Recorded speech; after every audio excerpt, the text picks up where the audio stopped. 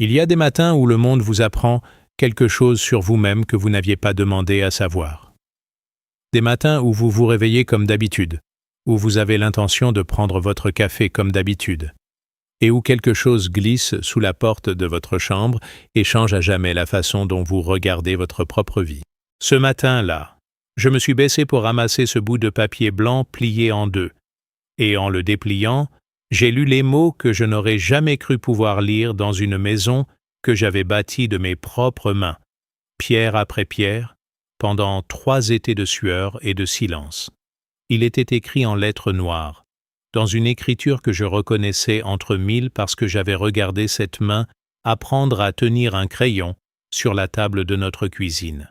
Il était écrit « Aluguel do quarto », puis traduit en dessous, en français, comme si l'ambiguïté n'était pas assez grande. Loyer de la chambre, payé avant vendredi ou libérer les lieux. Ici, personne ne vit à la charge des autres. Je suis resté debout à tenir ce papier pendant un long moment. La lumière du matin de septembre entrait par la fenêtre de ma chambre d'une façon que je connaissais depuis 40 ans, cette lumière particulière de l'Auvergne qui arrive basse et oblique en automne et qui fait que les objets projettent des ombres longues et dorées sur le plancher en chêne. Je tenais ce papier dans cette lumière, et je lisais et relisais les mots jusqu'à ce qu'ils cessent d'être des mots, et deviennent simplement des formes noires sur du blanc. Mon nom est Gérard Chevalier. J'ai 58 ans, je suis né au mois d'avril, par un froid tardif inhabituel, dans une chambre de la maison de mes parents à Thiers, cette vieille ville des Couteliers, perchée sur ces roches volcaniques à quelques kilomètres de Clermont-Ferrand. J'ai grandi avec l'odeur du métal, la précision des artisans et la dignité particulière des hommes qui fabriquent des choses utiles. Mon père était ouvrier dans une usine de coutellerie. Ses mains ressemblaient à des outils calleuses, habiles, capables d'une délicatesse surprenante pour des mains aussi abîmées. Il m'a transmis quelque chose que je n'aurais pas su nommer à 20 ans, mais que je connais parfaitement aujourd'hui. La conviction qu'un homme vaut ce qu'il bâtit, et que ce qu'il bâtit doit être bien fait parce qu'une chose mal faite finit toujours par s'effondrer. J'ai passé 38 ans de ma vie comme maître d'œuvre dans le bâtiment. J'ai commencé à 19 ans comme manœuvre sur des chantiers de rénovation dans le Puy-de-Dôme. J'ai appris la maçonnerie par les mains avant de l'apprendre par les livres. J'ai obtenu mon brevet professionnel à 23 ans et mon brevet de maîtrise à 30. J'ai supervisé des constructions de maisons individuelles, des rénovations de fermes anciennes, des projets de bâtiments communautaires dans des villages qui n'avaient plus les moyens de payer des prix parisiens, mais qui avaient besoin que les choses soient faites correctement quand même. J'ai lu des plans, j'ai fait des calculs de charges, j'ai choisi des matériaux, j'ai coordonné des équipes, et au milieu de tout ça, entre 1990 et 1996, j'ai construit la maison. Pas une maison de papier, pas un projet sur des plans qu'un autre exécuterait. La maison, celle où ma femme Elisabeth et moi avions décidé d'élever notre famille. Celle que j'avais conçue le soir sur notre table de cuisine pendant qu'Elisabeth lisait à côté de moi et commentait parfois une fenêtre de plus ici, une terrasse un peu plus grande là, un couloir assez large pour qu'on puisse se croiser sans se toucher parce qu'on s'y touchait assez quand on le voulait. Cette maison, je l'ai construite avec ma connaissance, mon temps, mes économies, mes mains, et l'aide de 2 ou 3 collègues qui venaient les week-ends, parce qu'ils m'aimaient assez pour se lever tôt le samedi matin, au lieu de rester au lit. Elle se trouve à Sébazac, à une dizaine de kilomètres au nord de Clermont-Ferrand, une maison en pierre volcanique, comme tout ce qui est solide dans cette région, avec un toit à 2 pentes couvert de tuiles anciennes, racheté à la démolition d'une ferme de la commune, une terrasse au sud protégée par un mur en demi-lune que j'avais maçonné en une semaine de juillet torride, pendant qu'Elisabeth m'apportait de l'eau fraîche toutes les heures. Un atelier attenant que j'avais prévu dès le début et qui était devenu avec les années l'endroit du monde où je me sentais le plus moi-même. Elisabeth est morte en 2019. Un cancer du poumon, rapide, brutal, sans négociation possible. Nous avions été mariés 31 ans. Je n'ai pas de mots pour ce que ça fait. Perdre quelqu'un avec qui on a construit une vie entière. Ce n'est pas simplement la douleur de l'absence, c'est le fait que la moitié des objets dans la maison sont à elle, que la moitié des habitudes de la journée avaient à voir avec elle, que la moitié des décisions qu'on prenait se prenaient à deux, et qu'on se retrouve soudainement à prendre tout seul des décisions qu'on n'avait jamais imaginé prendre sans elle. Pendant les premiers mois, je ne dormais pas dans notre chambre. Je m'installais dans l'atelier, sur un vieux canapé que j'avais gardé là depuis des années, et je regardais le plafond que j'avais bétonné moi-même en comptant les fissures microscopiques que le temps avait tracées dans le ciment. Je dois m'arrêter un instant. Ce que je viens de vous confier, la mort d'Élisabeth, la façon dont cette maison gardait sa présence dans chaque recoin, je ne l'avais pas dit comme ça à voix haute à quelqu'un qui ne me connaissait pas. C'est une chose étrange de se retrouver à parler à des inconnus, et de réaliser que parfois les inconnus entendent des choses que les proches n'ont plus la capacité d'entendre parce qu'ils sont trop dedans, eux-mêmes. Alors si vous êtes là ce soir, si vous m'écoutez depuis là où vous êtes, dites-moi d'où vous regardez. Votre ville, votre région, votre pays. Laissez-le dans les commentaires. Et si c'est le genre de nuit où le sommeil ne vient pas facilement, où on se retrouve à écouter l'histoire d'un vieux maçon parce qu'autre chose ne marche pas, je comprends ça mieux que vous ne le pensez. Mettez un pouce bleu si ce que je raconte vous touche quelque part. Abonnez-vous parce qu'il y a une nouvelle histoire ici chaque jour. Et je reprends maintenant parce que ce que je viens de vous raconter, c'est seulement le début. Mon fils s'appelle Mathieu. Mathieu Chevalier, 32 ans au moment des faits, né à Clermont-Ferrand par une nuit de janvier particulièrement froide, dans la maternité de la rue Étienne Dollet, où Élisabeth avait accouché avec la sérénité particulière qu'elle avait dans toutes les circonstances difficiles de la vie. Mathieu était un enfant sérieux, appliqué, pas du genre à faire beaucoup de bruit, mais du genre à remarquer beaucoup de choses. Il avait grandi dans la maison de Sébazat, il avait joué dans le jardin, appris à faire du vélo dans l'allée carrelée que j'avais posée moi-même un automne, passé ses examens du baccalauréat dans la chambre du premier étage, avec la vue sur les puits à l'horizon. Il était parti à 22 ans pour un master en gestion à Lyon. Revenu à 30 à Clermont, après un parcours professionnel dans une entreprise de services numériques dont je n'avais jamais vraiment compris tous les détails, mais dont il m'avait dit plusieurs fois qu'il se portait bien. Il s'était installé d'abord dans un appartement en location du côté de la place de Jaude, puis il avait rencontré Nathalie, une femme de son âge, originaire de Vichy, avec qui il vivait depuis 2 ans au moment où Élisabeth est morte. Après le deuil, après les premiers mois où tout le monde était encore dans le choc et la douleur, Mathieu m'avait proposé quelque chose qui, sur le moment, m'avait semblé raisonnable. Il m'avait dit « Papa, tu vas te retrouver seul dans cette maison, c'est trop grand pour toi.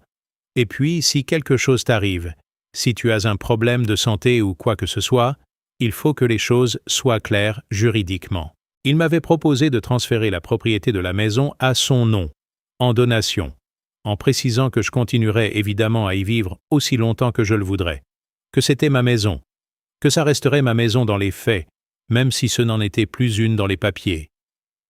Il avait dit ça avec le sérieux d'un fils qui pense à son père, avec des mots calmes et des arguments pratiques, et moi j'étais encore trop dans le deuil pour peser chaque chose aussi précisément que j'aurais dû. J'avais accepté. Je suis allé chez le notaire, Maître Ferroux, à Clermont-Ferrand, rue du Port, avec Mathieu qui m'avait accompagné et qui avait semblé attentif et respectueux pendant toute la procédure.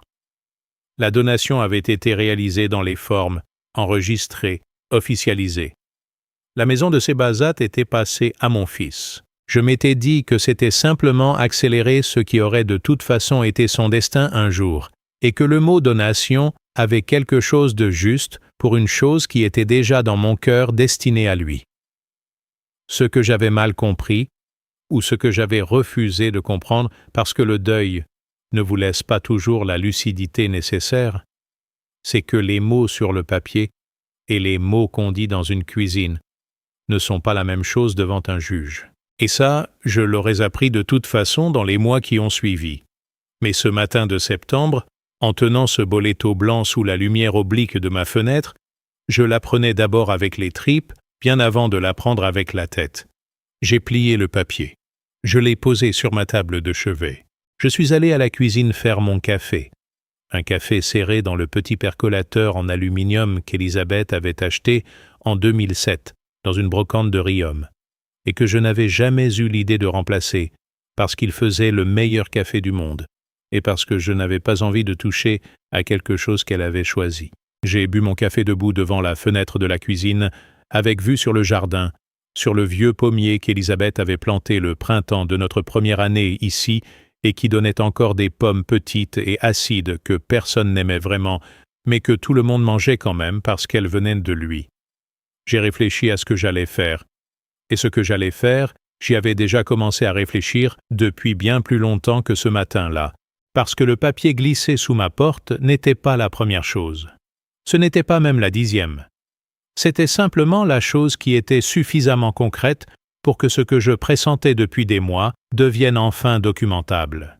Il y avait eu d'abord les petits signaux, ceux que j'avais mis sur le compte du chagrin et de l'adaptation, ceux que tout le monde vous dit de ne pas trop interpréter quand vous êtes en deuil. Mathieu qui prenait les décisions sur la maison sans me consulter. Mathieu qui avait fait venir un entrepreneur pour regarder la terrasse, l'entrepreneur que je ne connaissais pas, qui avait marché sur ma terrasse avec les pieds de quelqu'un qui évalue quelque chose qui lui appartient, qui avait tapé dans les murs avec ses doigts et noté des choses sur un carnet, sans que personne m'ait demandé mon avis, sans même qu'on m'ait prévenu ce matin-là que quelqu'un allait venir. Il y avait eu Nathalie qui s'était mise à parler de la maison à la première personne du pluriel, notre cuisine, notre jardin, comme si j'étais déjà quelque part ailleurs dans un futur qu'elle avait imaginé sans moi. Il y avait eu le dîner de Noël où Mathieu avait dit devant toute la famille, d'un ton léger qui voulait peut-être passer pour de la blague, qu'il faudrait un jour décider de ce qu'on faisait avec la chambre du fond, la mienne, parce qu'un bureau serait utile. Et puis il y avait eu autre chose, quelque chose que j'avais remarqué et qui avait pesé différemment. Depuis la donation, je continuais à payer certaines choses. La taxe d'ordures ménagères, parce que Mathieu m'avait dit qu'il était en train de mettre à jour les prélèvements et de tout organiser, et que pendant ce temps-là, si je pouvais gérer quelques factures courantes, ça l'arrangerait. L'électricité, pour les mêmes raisons. L'entretien de la chaudière, que j'avais fait venir faire en novembre parce que personne d'autre ne l'avait fait, et que je ne supporte pas l'idée d'une chaudière qui n'a pas été vérifiée avant l'hiver. Les matériaux pour une réparation de toiture sur la partie de l'atelier, parce que j'avais vu une fuite et que j'avais fait ce qui s'imposait, c'est-à-dire la réparer moi-même en une matinée. Je gardais les factures. Je les mettais dans une chemise cartonnée bleue que j'avais dans le tiroir du bas de mon bureau, dans ma chambre. Ce n'était pas du tout délibéré au début. C'est simplement ce qu'on fait quand on a passé 40 ans dans le bâtiment. On garde les justificatifs. C'est un réflexe aussi naturel pour moi que de tester la solidité d'une marche avant de monter dessus. Mais quelques semaines avant le matin du papier glissé sous la porte, j'avais eu une conversation qui avait changé quelque chose dans la façon dont je regardais ma propre chemise bleue.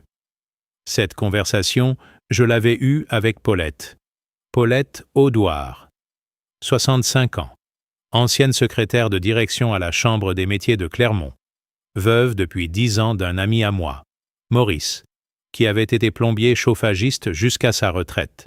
Paulette et moi, on se voyait parfois au marché du samedi matin, on buvait un café à la terrasse du bar des Victoires, sur la place de la Victoire, on parlait de nos vies, de nos enfants, de tout ce qu'on n'osait pas toujours dire aux autres. C'est le genre de relation qu'on n'aurait jamais eue si on n'avait pas tous les deux perdu quelqu'un qu'on aimait. Le deuil fait des amitiés particulières entre des gens qui auraient peut-être continué à se côtoyer poliment toute leur vie, sans jamais se parler vraiment. Paulette m'avait dit, ce samedi-là, avec cette façon directe qu'elle avait de dire les choses, sans ménagement particulier, mais sans méchanceté non plus. Gérard, je ne veux pas me mêler de ce qui ne me regarde pas, mais tu sais que tu peux consulter un avocat pour une simple question, et que ça ne coûte rien d'écouter. J'avais demandé de quoi elle parlait. Elle avait dit, de ta maison, de la donation, de tout ça. Il y a des choses que t'aurais dû mettre par écrit au moment de la donation et qui ne l'ont peut-être pas été. Un avocat peut te dire si tu as des droits ou si t'en as pas. Ça ne coûte rien d'aller écouter. Je n'avais pas répondu tout de suite. J'avais regardé ma tasse de café. Puis j'avais dit qu'on verrait. Paulette n'avait pas insisté. Elle connaissait les hommes de ma génération assez bien pour savoir que quand on dit « on verra », parfois ça veut dire que ça a atterri quelque part, même si on ne le montrera pas. 2 semaines plus tard, j'avais pris rendez-vous avec maître Isabelle Four. avocate au barreau de Clermont-Ferrand, spécialisée en droit immobilier et droit de la famille. Son cabinet était rue Blatin, au 2e étage d'un immeuble en pierre grise avec des fenêtres à petits carreaux. J'y étais allé un mardi matin avec ma chemise cartonnée bleue sous le bras et avec le sentiment légèrement inconfortable d'un homme qui fait quelque chose qu'il ne voulait pas avoir à faire. Maître Faure était une femme d'une 50aine d'années, efficace, qui avait la qualité que j'apprécie le plus chez les professionnels. Elle allait au fait, pas de circonlocution, pas de langage technique pour impressionner, pas de pose dramatique. Elle avait regardé ma chemise bleue, elle m'avait posé des questions précises, elle avait pris des notes sur un carnet à spirale avec un stylo à encre bleue, et au bout d'1 heure et demie, elle m'avait dit quelque chose que je n'avais pas attendu. Elle m'avait dit qu'il y avait peut-être des éléments permettant de questionner les conditions de la donation et la nature réelle de l'accord passé avec mon fils. Elle m'avait expliqué plusieurs choses. Premièrement, une donation qui se fait sous la condition implicite que le donateur continue à résider dans le bien peut comporter des éléments d'un droit d'usage et d'habitation qui auraient dû être expressément réservés dans l'acte notarié. Si ce droit n'avait pas été formellement réservé, la situation n'était pas sans recours pour autant, surtout si on pouvait démontrer qu'un accord moral ou familial implicite avait existé. Deuxièmement, les investissements que j'avais continué à faire dans la maison après la donation, les réparations, les factures d'entretien, les matériaux, pouvaient constituer un élément de preuve de la nature réelle de ma relation avec le bien, une relation qui n'était pas celle d'un simple occupant toléré, mais bien celle de quelqu'un qui continuait à en assurer la charge et l'entretien. Troisièmement, pour que tout ceci soit recevable devant un tribunal, il faudrait des preuves documentaires solides et datées. Ma chemise bleue s'était révélée utile, plus utile que je ne l'aurais cru. Maître Faure avait commencé à préparer un dossier. Elle avait demandé des copies de toutes les factures, les relevés bancaires correspondant au paiement, l'acte notarié de la donation, les éventuelles correspondances écrites entre Mathieu et moi autour de la période de la donation. Elle m'avait dit que ça prendrait du temps, que ces choses ne se faisaient pas vite, et que l'important dans un premier temps était de constituer un dossier solide, pas de se précipiter. J'étais rentré à Sébaza ce mardi midi. J'avais mangé seul à la table de la cuisine. Puis j'étais allé dans mon atelier et j'avais travaillé pendant 2 heures sur une petite réparation de chaise que j'avais commencé depuis des semaines et que je finissais par épisode, parce que travailler de mes mains m'a toujours aidé à organiser mes pensées. Le bois sous les doigts, les gestes précis et répétitifs, l'odeur particulière de la sciure et du vernis dans la lumière de l'atelier qui était la même lumière depuis 25 ans. Ces choses-là me mettent dans un état particulier, calme et concentré, où les problèmes cessent d'être des émotions et deviennent des problèmes, c'est-à-dire des choses qu'on peut examiner et résoudre. J'avais examiné ma situation, et j'avais décidé de laisser Maître Faure faire son travail, d'attendre et de continuer à vivre dans ma maison comme je l'avais toujours fait, sans changer mon comportement, sans chercher d'affrontement, sans donner à Mathieu la moindre raison de soupçonner que quelque chose se préparait. Je savais que les gens qui bâtissent des choses savent aussi attendre. Un mur ne monte pas en un jour. Une fondation demande du temps pour sécher. On ne coule pas la dalle avant que la tranchée soit prête. C'est dans cet état d'esprit que j'avais vécu les semaines suivantes.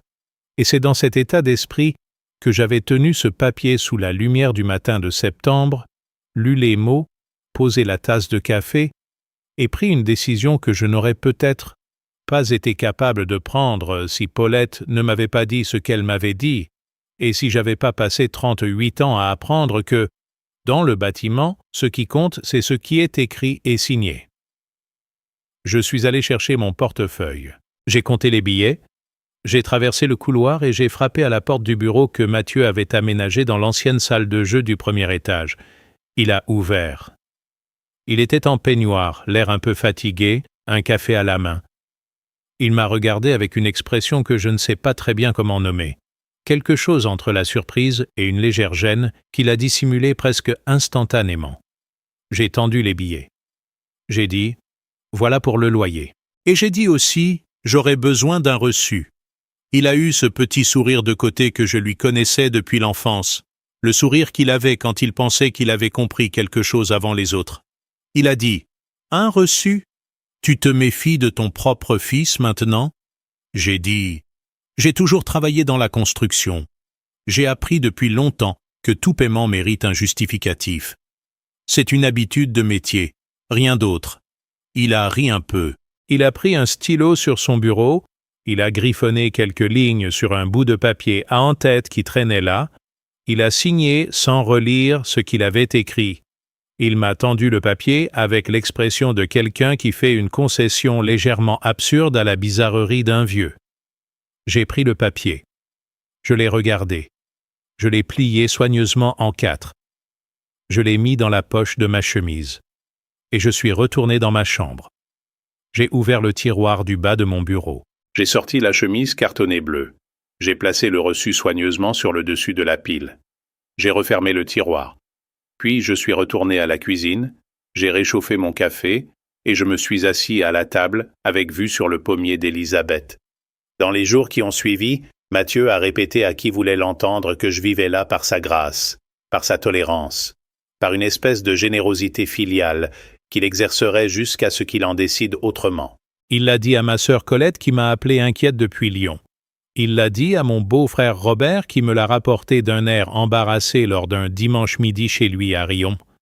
Il l'a dit à des voisins, les Dufresne, qui habitent la maison d'en face et que je connais depuis 20 ans et qui sont venus me voir un soir avec cette gêne particulière, des gens qui ont entendu quelque chose sur vous et ne savent pas comment en parler. Ce que Mathieu ne savait pas, ce que personne ne savait encore, sauf Maître Faure et moi, c'est que le dossier avait continué à grossir dans son cabinet, et que le reçu que j'avais dans ma chemise bleue venait d'y rejoindre ses frères. Les factures, les relevés, les correspondances, les photos des travaux de réparation que j'avais effectués depuis la donation, et un document particulièrement important que Maître Faure avait trouvé en fouillant dans les archives, une lettre signée de la main d'Élisabeth, quelques semaines avant sa mort, dans laquelle elle avait écrit à Mathieu pour lui parler de la maison et de ce qu'elle attendait de lui, concernant son père. Élisabeth écrivait des lettres. C'était une de ses habitudes, presque anachronique dans notre époque, écrire des lettres à la main sur du papier crème qu'elle achetait dans une papeterie de la rue des Gras à Clermont. Elle en écrivait à des amis, à des membres de la famille, à des gens qu'elle aimait et à qui elle voulait dire des choses qu'elle ne trouvait pas toujours les mots de dire de vive voix. J'en avais gardé beaucoup, et parmi celles qu'elle avait gardées elle-même, classées dans une boîte en carton au fond de son armoire, il y avait le brouillon de celle qu'elle avait envoyée à Mathieu. Je l'avais trouvé 6 mois après sa mort, en triant ses affaires progressivement, avec cette lenteur douloureuse qu'on met à toucher les objets des gens qu'on a perdus. J'avais lu ce brouillon, je l'avais relu, et je l'avais glissé dans ma chemise bleue ce jour-là, sans savoir encore exactement pourquoi, juste parce que ça me semblait être quelque chose d'important qu'il ne fallait pas laisser dans une boîte en carton. Maître Faure avait dit, quand je lui avais montré, « Ce document a de la valeur, Gérard. Pas comme preuve juridique directe, les lettres ne fonctionnent pas comme ça devant un tribunal, mais comme élément de contexte, comme illustration de l'état d'esprit dans lequel cette donation a été faite et de ce que votre femme comprenait être les termes de cet arrangement familial, ça peut avoir de l'importance. » J'avais posé la main à plat sur son bureau et j'avais regardé par sa fenêtre les platanes de la rue Blatin. Et j'avais dit quelque chose que je ne dis pas souvent, je ne veux pas détruire mon fils. Je veux que les choses soient justes, Maître Faure avait dit. C'est exactement ce qu'on va essayer de faire. L'audience de conciliation avait été fixée au vendredi suivant. Mathieu n'avait pas encore été informé que cette procédure existait, parce que les notifications avaient été envoyées à une adresse que Maître Faure avait utilisée selon les procédures en vigueur, et que la date avait été choisie avec soin.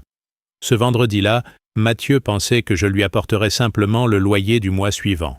Ce qu'il ne savait pas, c'est que je lui apporterais quelque chose de très différent. Le jeudi soir, j'ai fait ce que je fais toujours quand j'ai besoin de réfléchir à quelque chose d'important. Je suis allé dans mon atelier, j'ai allumé la petite lampe de bureau qui éclaire l'établi depuis 20 ans. Cette lampe articulée à colle de cygne en métal vert que j'avais récupérée sur un chantier où on allait la jeter et qui donne une lumière chaude et précise que j'aime. J'ai pris dans mes mains un morceau de bois que j'avais commencé à poncer, un reste de chêne d'un vieux meuble réparé, et j'ai poncé lentement dans le sens du grain, en regardant la surface devenir plus douce sous la pression régulière du papier abrasif. J'ai pensé à mon père, à ses mains sur le métal, à la façon dont il m'avait appris à regarder les choses en face, pas avec colère, pas avec peur, mais avec la lucidité d'un homme qui sait que les matériaux ne mentent pas. Le bois dit ce qu'il est, la pierre dit ce qu'elle est.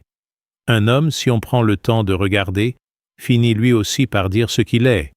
J'ai pensé à Élisabeth, à la façon dont elle m'aurait regardé dans ce moment.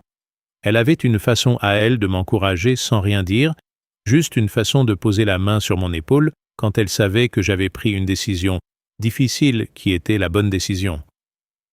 Je ne peux plus sentir cette main, mais je sais encore comment ça faisait. J'ai poncé jusqu'à ce que le bois soit lisse comme de la peau, puis j'ai éteint la lampe. Je suis allé me coucher. Et le lendemain matin, je me suis levé à 6 heures, j'ai fait mon café dans le percolateur d'Élisabeth, je me suis assise à la table de la cuisine avec vue sur le pommier, et j'ai attendu le moment de partir. Il faut que je vous parle de Mathieu avant de vous dire ce qui s'est passé ce vendredi. Je veux vous parler de lui tel qu'il était, pas simplement tel qu'il s'est comporté dans les derniers temps, parce qu'un homme n'est pas seulement ses pires actes, et parce que ce que j'ai à raconter n'a de sens que si vous comprenez d'où nous venions tous les deux et comment on en était arrivé là. Mathieu a grandi dans la maison de Sébaza à partir de l'âge de 4 ans, les travaux étant terminés en 1996 et lui étant né en 1992. Il a donc eu toute son enfance et son adolescence dans cette maison, avec le jardin, avec l'atelier, avec les puits à l'horizon les jours de beau temps. Je ne sais pas si un enfant qui grandit dans une maison que son père a construite ressent les choses différemment, mais j'aime même dire que oui, que quelque chose dans les murs, dans la solidité des fondations, dans le fait que je pouvais lui montrer chaque pierre et lui dire « c'est moi qui l'ai posée », que quelque chose dans tout ça lui transmettait une façon d'être dans le monde qui était ancrée. Il était bon élève, rigoureux, avec un sens naturel de l'organisation qui ne venait pas de moi, qui ait toujours été plus intuitif que méthodique, mais qui venait peut-être d'Élisabeth, qui était institutrice et qui avait ce don d'ordonner les choses, les idées comme les objets, sur une table, avec une clarté et une précision qui me fascinaient. Mathieu avait ses carnets. Des carnets à spirale dans lesquels il notait des choses, des listes, des plans, des réflexions. Encore adolescent. Il avait commencé ça à 13 ans et il ne l'avait jamais arrêté. Il aimait la montagne. Pas l'escalade sportive, pas le ski de compétition, mais les randonnées, les sorties en altitude, les journées où on marche longtemps avec un sac sur le dos et où on arrive quelque part où il y a beaucoup de ciel et peu de bruit. On avait fait ça ensemble plusieurs fois, du côté du Sancy, du Mézenc, des Combrailles. Ces journées-là étaient parmi les meilleures de notre relation, parce qu'en marchant, on parle différemment qu'assis en face l'un de l'autre. Les mots viennent autrement quand le corps est occupé et que le paysage vous regarde. Je dois vous parler de quelque chose que je n'ai pas très bien géré et qui a peut-être laissé une trace que je n'ai pas vue assez tôt. Quand Élisabeth est tombée malade, j'ai mis toute mon énergie dans sa maladie. Pendant les 18 mois que ça a duré entre le diagnostic et sa mort, j'étais là, physiquement, totalement présent auprès d'elle. Je l'accompagnais à tous ses rendez-vous médicaux, je gérais les traitements, je m'occupais de la maison, je dormais peu. Mathieu était là lui aussi. Il venait souvent, il aidait. Mais dans ma façon d'être tellement concentré sur Élisabeth, il m'est possible que je n'ai pas assez regardé ce que ça lui faisait à lui. Perdre une mère. Être dans une famille en crise pendant 1 an et demi. Ces choses laissent des marques qu'on ne voit pas forcément à l'extérieur. Et puis la donation. Je reviens à la donation parce que je veux vous dire honnêtement ce que je pense aujourd'hui, avec le recul que je n'avais pas à ce moment-là. Quand Mathieu m'avait proposé de lui transférer la maison, il avait des arguments pratiques, et j'en ai parlé, mais il y avait aussi en dessous quelque chose que j'entendais comme un besoin que je n'avais peut-être pas mesuré. Ce besoin d'être enfin propriétaire de quelque chose, d'avoir une base, une sécurité. Il louait, Nathalie et lui, Ils avaient un appartement qui était bien mais qui n'était pas à eux. Et la maison de Sebazat était là, grande, solide, bâtie pour durer 100 ans. Je ne dis pas que sa proposition était uniquement calculée. Je dis que je ne sais plus très bien où finissait la sollicitude filiale et où commençait le calcul. Et cette incertitude-là, je l'ai portée pendant longtemps. Ce dont je suis certain, en revanche, c'est de ce qui s'est passé après. Parce que l'après est documenté. L'après est dans ma chemise bleue. Maître Faure m'avait expliqué, lors de notre deuxième rencontre, les éléments juridiques précis qui fondaient notre démarche. Elle avait passé en revue les documents, les factures, les relevés, et elle m'avait exposé ce qu'on appelle en droit civil la réserve d'usufruit ou le droit d'usage et d'habitation, deux dispositifs qui auraient pu être intégrés à l'acte de donation pour protéger ma situation et qui ne l'avaient pas été. L'acte de donation rédigé par Maître Ferroux était en lui-même régulier. Elle ne contestait pas ça. Ce qu'elle questionnait, c'était la conformité de la situation post-donation avec ce qui avait été entendu verbalement et avec ce que les comportements ultérieurs des deux parties révélaient sur la nature réelle de l'accord. En droit, les comportements parlent. Pas aussi fort que les contrats écrits, mais ils parlent quand même. Et les comportements de Mathieu après la donation, la façon dont il avait géré sa nouvelle propriété, les décisions qu'il avait prises sans me consulter, et ensuite la demande de loyer, ces comportements disaient quelque chose de précis sur la façon dont il interprétait notre arrangement. Mon avocat comptait utiliser cette interprétation contre lui, parce que si Mathieu avait considéré depuis le début que j'étais un locataire dans ma propre maison, alors cette relation locative avait des implications juridiques très précises, notamment concernant les investissements que j'avais continué à faire dans le bien sans jamais avoir reçu la contrepartie d'un locataire ordinaire. Je veux marquer une pause ici, non pas parce que ce que je vous dis est difficile à expliquer, mais parce que je veux savoir si vous suivez encore, si vous êtes toujours là avec moi dans cette histoire qui est la mienne, mais qui, je le sens, ressemble peut-être à quelque chose que certains d'entre vous ont déjà frôlé de près. Des situations où ce qu'on pense avoir entendu et ce qui était vraiment dit ne se rejoignent pas. Où quelqu'un en qui on avait confiance interprète les choses d'une façon qu'on n'aurait pas imaginée. Dites-moi d'où vous regardez ce soir. Votre ville, votre région, votre pays. Laissez-le dans les commentaires. Et si vous connaissez quelqu'un qui a traversé quelque chose qui ressemble à ça, quelqu'un qui a construit toute sa vie pour se retrouver à devoir se battre pour rester chez lui, partagez peut-être cette vidéo avec lui. Parce que certaines personnes ont besoin d'entendre qu'il y a une façon de tenir bon. Abonnez-vous si ce n'est pas encore fait. Il y a une nouvelle histoire ici chaque jour. Je continue parce que ce qui vient maintenant est la partie que j'ai le plus longtemps hésité à raconter. Je vous ai parlé de la lettre d'Élisabeth. Je dois vous en dire un peu plus sur ce qu'elle contenait, pas dans les mots exacts, parce que ces mots-là m'appartiennent et qu'ils lui appartenaient, mais dans ce qu'il disait en substance. Élisabeth avait écrit à Mathieu pour lui parler de la maison. Elle lui avait dit qu'elle savait qu'elle ne serait plus là pour longtemps et qu'elle voulait lui dire certaines choses pendant qu'elle pouvait encore les écrire clairement. Elle lui avait dit que son père avait construit cette maison de ses mains et que cette maison était une partie de lui, comme son cœur était une partie de lui. Elle lui avait dit qu'elle lui faisait confiance pour prendre soin de son père dans cette maison, pour lui laisser sa place, pour ne jamais lui faire sentir qu'il était de trop là, où il avait bâti quelque chose. Elle avait utilisé des mots simples et directs, comme elle faisait toujours. Elle ne dramatisait pas. Elle disait « Ce brouillon, quand je l'avais lu pour la première fois, m'avait fait pleurer. Pas parce qu'il était triste, même s'il l'était, parce qu'il était elle, parce qu'il était la preuve que dans ces dernières semaines, affaiblie, consciente de ce qui se passait dans son corps, elle avait quand même trouvé la force de penser à moi, de penser à Mathieu, d'essayer de tisser entre nous une continuité qu'elle ne serait plus là pour maintenir. Et Mathieu avait reçu cette lettre. Il l'avait reçue, l'avait lue, avait peut-être pleuré en la lisant, et dans les années qui avaient suivi, il avait glissé un boletto sous ma porte. Je ne dis pas ça pour condamner mon fils. Je dis ça pour que vous compreniez pourquoi ce vendredi matin de l'audience avait pour moi un poids qui dépassait la question juridique.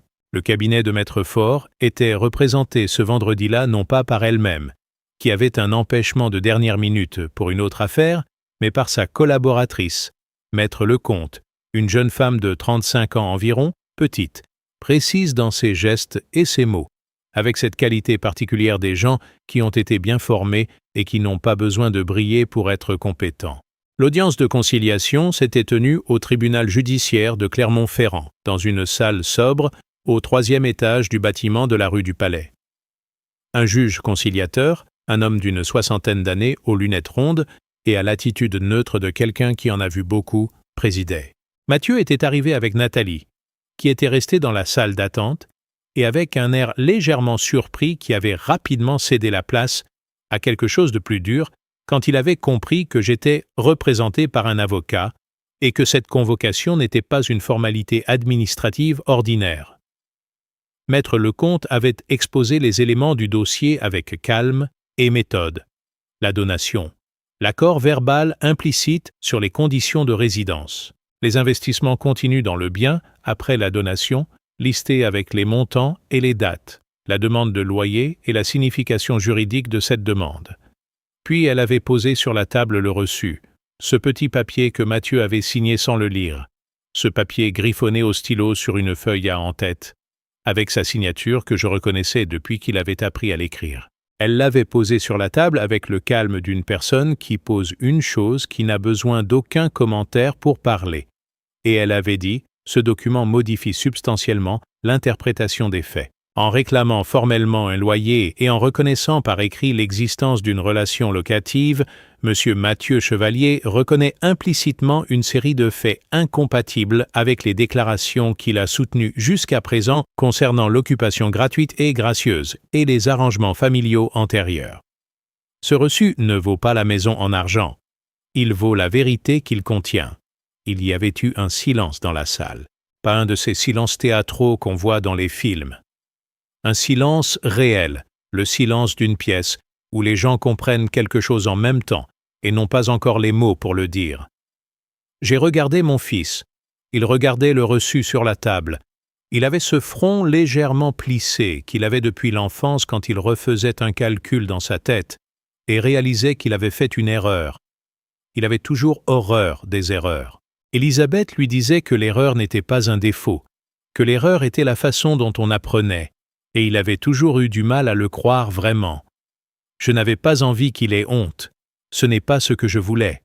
Ce que je voulais, ce que j'avais voulu depuis le début, depuis ce matin de septembre, avec le papier sous la porte, c'était que les choses soient vraies. Que ce qui était réel soit reconnu. Que ma présence dans cette maison ne soit pas quelque chose qu'on me tolérait par charité, mais quelque chose qui avait un fondement, une dignité, une réalité juridique et morale. Le juge conciliateur avait posé ses lunettes sur la table et avait dit, avec la neutralité professionnelle de quelqu'un qui ne prend pas de position, mais qui structure les discussions. Compte tenu des éléments présentés, il me semble qu'un accord amiable serait dans l'intérêt des deux parties. Il avait regardé Mathieu, puis son regard était revenu vers Maître Lecomte, puis s'était posé sur moi avec quelque chose de légèrement différent, pas de la sympathie. La neutralité d'un juge n'est pas de la sympathie, mais peut-être la reconnaissance d'un homme qui avait traversé quelque chose. Les discussions avaient pris 2 heures. Maître Lecomte avait travaillé avec méthode et sans émotion inutile. L'avocat que Mathieu avait appelé en urgence ce matin-là, un praticien du barreau qu'il connaissait par un ami, avait d'abord essayé de défendre une position intenable avant de se rendre compte qu'elle ne tenait pas face au dossier que nous avions constitué. L'accord avait été rédigé dans l'après-midi et paraphé par les deux parties avant 18 heures. Il comportait plusieurs éléments. La reconnaissance formelle d'un droit d'usage et d'habitation à mon bénéfice pour la durée de ma vie sur la maison de Sébaza. L'annulation de la demande de loyer et de toute demande similaire future. Un arrangement concernant les investissements que j'avais effectués, traduit en une contribution documentée reconnue.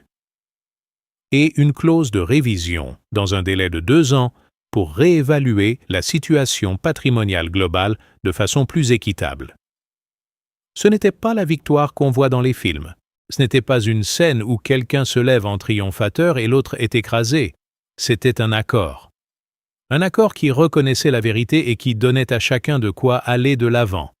C'était, en termes de droit et de vie, ce que Maître Fort avait appelé le meilleur résultat possible.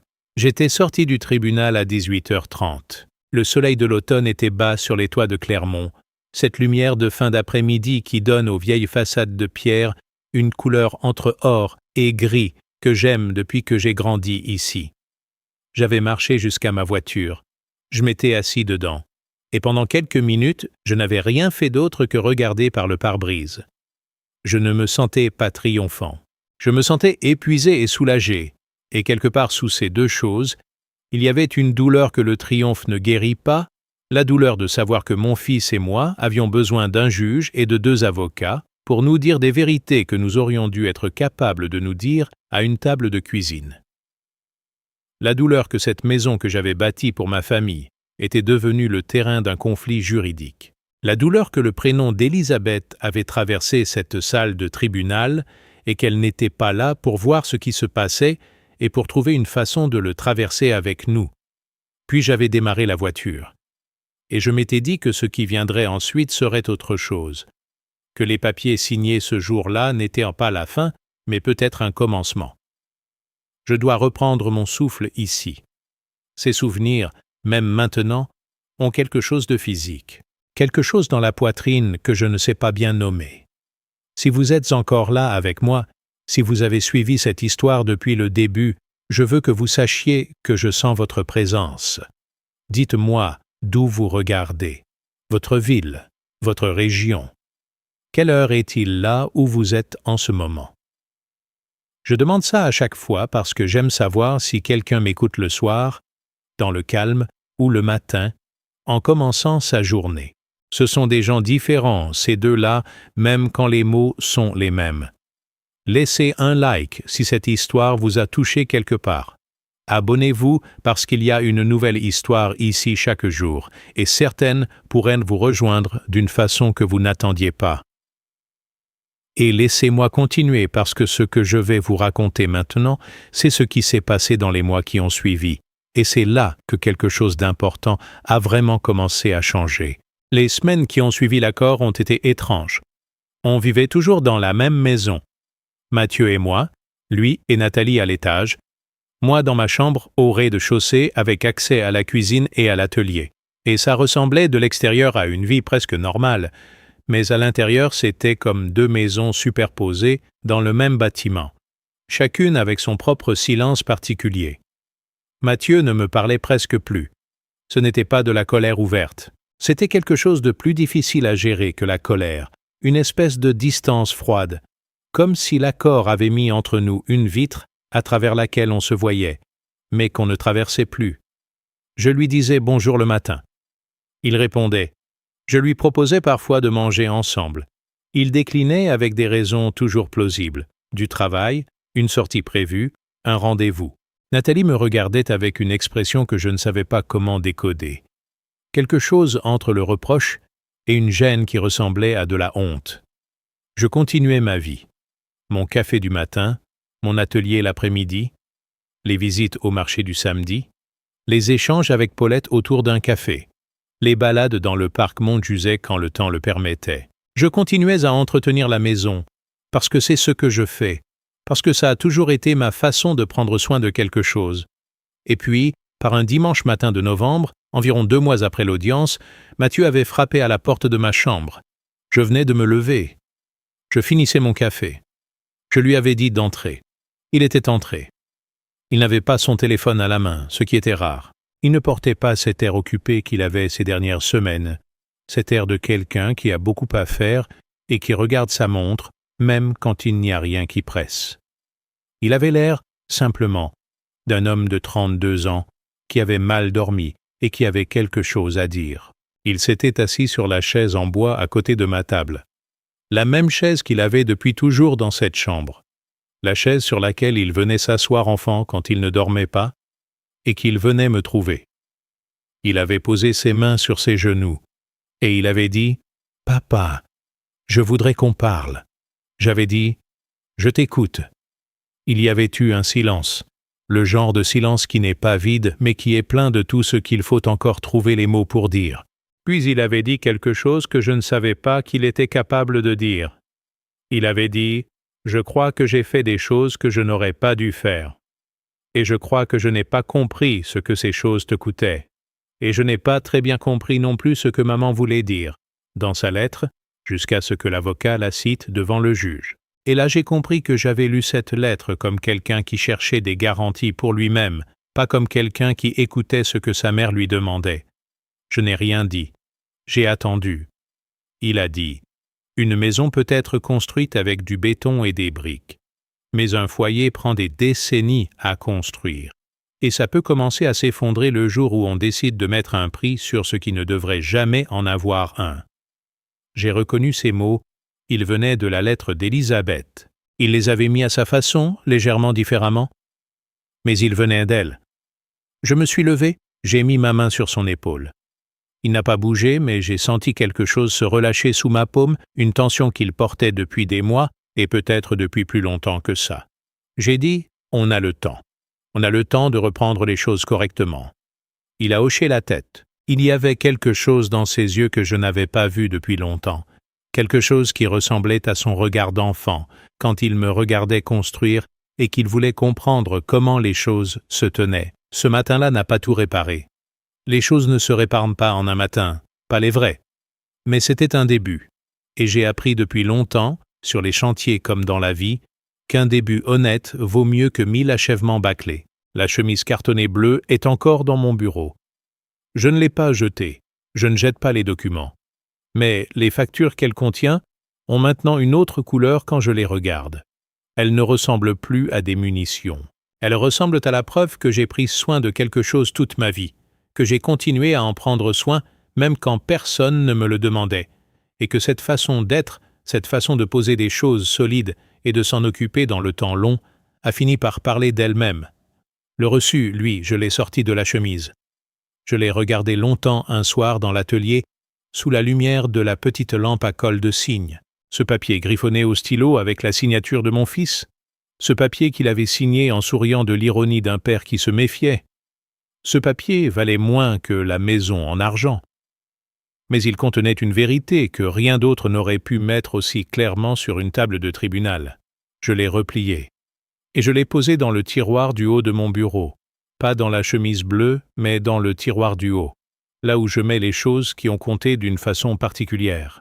À côté de la photo de mariage d'Élisabeth et moi, prise par un ami le soir de la fête, avec des visages de gens qui ne savent pas encore tout ce qui les attend et qui trouvent ça beau quand même. Il y a une chose que personne ne vous dit sur les accords juridiques. On vous dit comment ils se préparent, comment ils se négocient, comment ils s'aboutissent. On ne vous dit pas ce qui se passe après, dans les jours qui suivent, quand les papiers sont signés et que tout le monde rentre chez soi et qu'il faut continuer à vivre dans le même espace avec les mêmes murs et les mêmes escaliers et les mêmes matins. On ne vous dit pas que l'accord sur le papier et l'accord dans les cœurs sont deux choses différentes qui avancent à des vitesses différentes et que parfois l'une prend des mois à rattraper l'autre. Je vais vous raconter ces mois-là. Je vais vous raconter ce qui s'est passé entre le vendredi de l'audience et le dimanche de novembre où Mathieu a frappé à ma porte. Parce que cette période, ces 2 mois entre les deux, a été la partie la plus difficile de toute cette histoire. Plus difficile que le matin du papier glissé sous la porte. Plus difficile que la constitution du dossier. Plus difficile que l'audience elle-même. Parce que dans les mois qui ont précédé l'audience, j'avais un but, j'avais un cap, j'avais quelque chose vers quoi travailler. Et après l'audience, il n'y avait plus de cap. Il n'y avait que la question de ce qu'on allait faire de la vérité maintenant qu'elle était sur la table. Le soir même de l'audience, rentré assez bazar, j'avais trouvé la maison dans l'obscurité. Mathieu et Nathalie n'étaient pas là. Pas de lumière à l'étage, pas de bruit, juste la maison silencieuse dans la nuit de fin d'octobre, avec le vent qui faisait quelque chose dans le vieux pommier du jardin. Je m'étais fait une soupe simple, du poireau et des pommes de terre, avec une tranche de pain de campagne. J'avais mangé seul à la table de la cuisine avec la lumière basse du plafonnier. Puis j'étais allé dans mon atelier. Dans l'atelier, il y avait quelque chose que j'avais commencé à fabriquer quelques semaines avant l'audience et que j'avais laissé en suspens parce que d'autres choses avaient déopris ma tête. Une petite étagère murale en chêne, simple, 2 tablettes et un cadre. Rien de compliqué techniquement, mais quelque chose qui demande de la précision dans l'assemblage des encoches et du soin dans le ponçage des surfaces. Je m'étais mis au travail. Pas pour finir ce soir-là, pas avec un objectif précis, simplement pour faire quelque chose de mes mains dans le silence de mon atelier, avec la lampe à colle de cygne et l'odeur du bois et la certitude que les gestes que je faisais étaient les miens, appris sur des décennies, appartenant à personne d'autre. J'avais travaillé jusqu'à presque minuit, puis je m'étais couché. Le lendemain matin, Mathieu était là au petit déjeuner. Il était descendu à la cuisine pendant que je finissais mon café. Il avait l'air de quelqu'un qui n'a pas beaucoup dormi et qui a quelque chose sur la conscience, mais qui n'est pas encore prêt à en parler.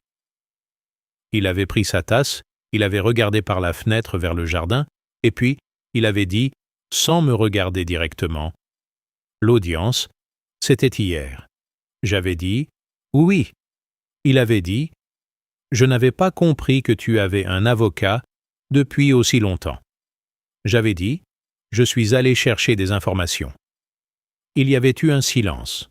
Puis il avait dit quelque chose qui m'avait surpris dans sa franchise désarmante. « Tu aurais pu me parler. » J'avais regardé ma tasse de café. Je m'étais souvenu du matin du papier, de la façon dont j'avais tenu ce boletto dans la lumière de septembre, de la façon dont j'avais pensé à lui dire quelque chose et dont j'avais réalisé que les mots disponibles n'étaient pas les bons, que les mots disponibles auraient mené à une dispute, et qu'une dispute n'était pas ce dont j'avais besoin. J'aurais pu lui dire tout ça. J'aurais pu lui expliquer que j'avais essayé de lui parler avant le papier, que les signaux avaient été là depuis des mois, que j'avais attendu et espéré que les choses se corrigeraient d'elles-mêmes. J'aurais pu. J'avais simplement dit « peut-être ». Il était reparti avec sa tasse à l'étage. Et on n'avait plus parlé de rien pendant plusieurs semaines.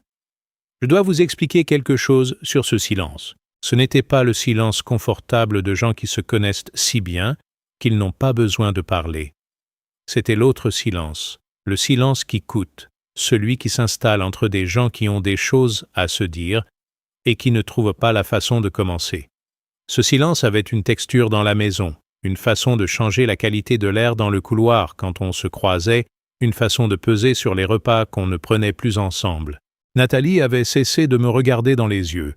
Pas par méchanceté, je crois, par une gêne sincère et peut-être quelque chose qui ressemblait à de la culpabilité de seconde main, la culpabilité de quelqu'un qui n'a pas fait le mal lui-même, mais qui était dans la pièce pendant qu'il se faisait. Elle continuait à être polie, à dire bonjour, à répondre si je lui demandais quelque chose. Mais il y avait entre nous le genre de distance qu'on ne traverse plus parce qu'on a peur de ce qu'on trouverait de l'autre côté. Ma sœur Colette avait appelé depuis Lyon, une semaine après l'audience. Elle avait eu vent de quelque chose par les voies de famille diffuses que toutes les familles ont, ces canaux invisibles par lesquels l'information circule, avant même que quelqu'un ait vraiment décidé de la transmettre. Elle avait dit « Gérard, qu'est-ce qui se passe exactement ?» J'avais répondu qu'on avait réglé une situation, que ça s'était bien passé, que les choses étaient en ordre. Elle avait voulu en savoir plus, et je n'avais pas voulu lui en dire beaucoup, non par honte, mais parce que les histoires de famille, racontées à travers les téléphones, ont une façon de se transformer et de prendre des proportions qu'elles n'avaient pas dans la réalité. Colette avait dit « Tu es seul dans tout ça, Gérard. Depuis qu'Élisabeth est partie, tu es seul dans tout. Il faudrait que tu viennes nous voir à Lyon. » J'avais dit qu'on verrait. Elle connaissait mais on verra assez bien pour ne pas insister. Mon beau-frère Robert, lui, avait pris les choses différemment. Robert est un homme pratique, électricien de métier, qui pense les problèmes comme des circuits. Il y a un courant qui passe où il n'y en a pas. Il y a un défaut à localiser où il n'y en a pas.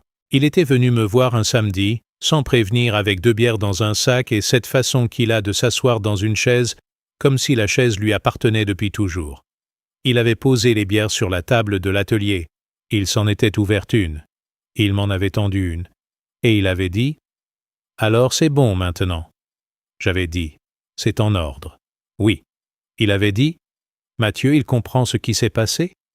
J'avais réfléchi avant de répondre. J'avais dit « Il commence à comprendre.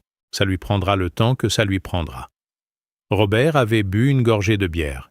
Il avait regardé l'atelier autour de lui, les outils accrochés avec ordre sur le panneau mural, l'établi poncé et propre, les projets en cours posés avec soin.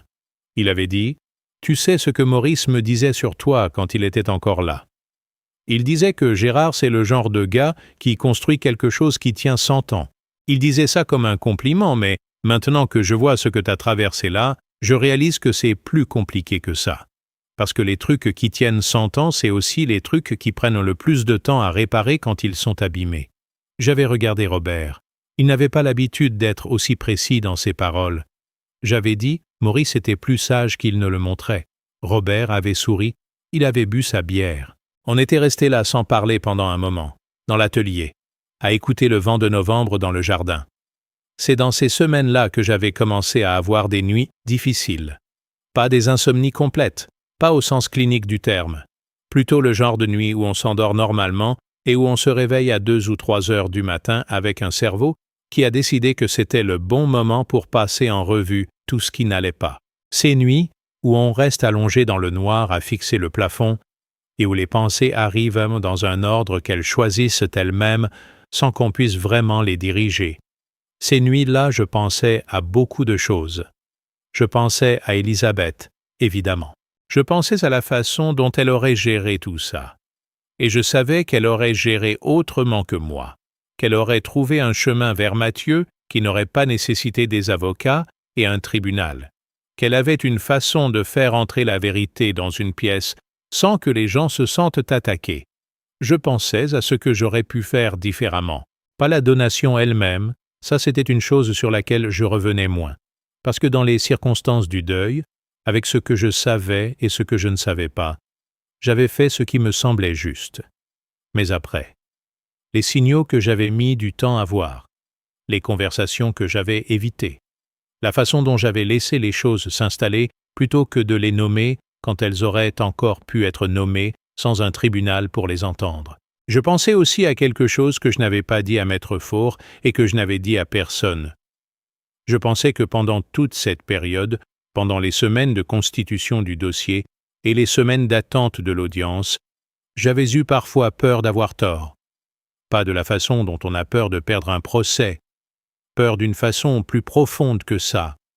Peur que mon âge, que le deuil, que la solitude de ces dernières années m'aient rendu la réalité moins claire. Peur que j'aie interprété des choses comme des trahisons qui étaient simplement des maladresses. Peur qu'un homme de 58 ans qui a perdu sa femme et qui se retrouve seul dans une maison qui ne lui appartient plus légalement soit le genre d'homme que le doute peut rendre injuste. Ce doute-là, je ne l'avais dit à personne. Je le portais la nuit, dans le noir du plafond. Et le matin, je me levais, et je faisais mon café, et je continuais. Parce que c'est ce qu'on fait. On porte les doutes la nuit, et on continue le matin. On n'est pas obligé de choisir entre les deux. Je dois m'arrêter une seconde ici, non pas parce que je suis fatigué de vous raconter, parce que je veux m'assurer que vous êtes encore là, que vous suivez, que ce que je partage vous atteint d'une façon ou d'une autre. Parce qu'il y a des gens qui écoutent des histoires comme celle-là, parce qu'ils vivent quelque chose de semblable et qu'ils ont besoin d'entendre qu'un homme peut traverser ça debout. Et d'autres qui écoutent parce qu'ils reconnaissent quelqu'un qu'ils connaissent. Un père, un grand-père, quelqu'un qui a construit quelque chose et qui s'est retrouvé à devoir se battre pour rester dans ce qu'il avait bâti. Si c'est vous ce soir, si c'est quelqu'un que vous aimez qui traverse ça, dites-moi d'où vous regardez. Votre ville, votre région, votre pays. Mettez-le dans les commentaires. Et si vous connaissez quelqu'un qui a besoin d'entendre cette histoire, partagez cette vidéo avec lui. Parfois, ce dont on a le plus besoin, c'est de savoir qu'on n'est pas seul et qu'il y a une façon de s'en sortir. Abonnez-vous pour les histoires quotidiennes.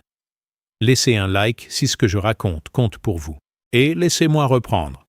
Parce que ce que je vais vous dire maintenant, c'est la partie de l'histoire qui a failli m'arrêter, et la raison pour laquelle elle ne l'a pas fait. Il y avait eu un événement particulier, environ 3 semaines après l'audience, qui m'avait ébranlé d'une façon que je n'avais pas anticipée. Un dimanche, j'avais croisé dans la rue principale de Cébazat les Moreau, Bernard et Sylvie Moreau, un couple d'une 60aine d'années que je connaissais depuis 20 ans, des voisins du quartier, des gens bien à qui j'avais rendu des services au fil des ans, des petites choses, un coup de main pour une réparation, un conseil sur des travaux, des gens que je pensais connaître. Bernard m'avait regardé d'une façon particulière, pas hostile. Quelque chose de plus compliqué que ça. Il avait dit bonjour sans s'arrêter, et Sylvie avait souri d'un sourire court et avait détourné les yeux. C'était la façon qu'ont les gens qui ont entendu quelque chose sur vous et qui ne savent pas encore comment vous regarder avec ce qu'ils ont entendu.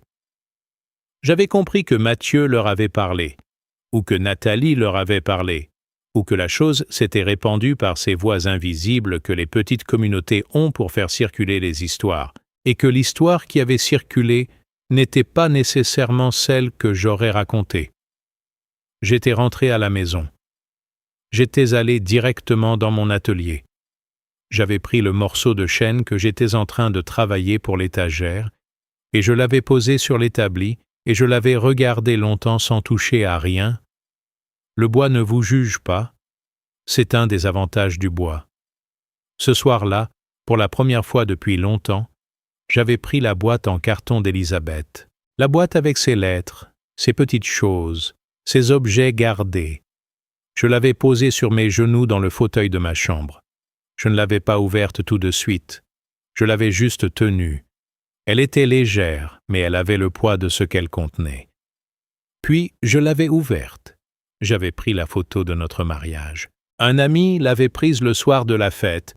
Une photo prise sans qu'on s'en aperçoive, un moment où Élisabeth riait de quelque chose que quelqu'un venait de dire, et où je la regardais rire, avec la façon qu'on a de regarder quelqu'un qu'on n'est pas encore fatigué de regarder. J'avais regardé cette photo pendant un long moment. Et puis j'avais posé la boîte sur la table de chevet. J'avais dit quelque chose dans le silence de la chambre.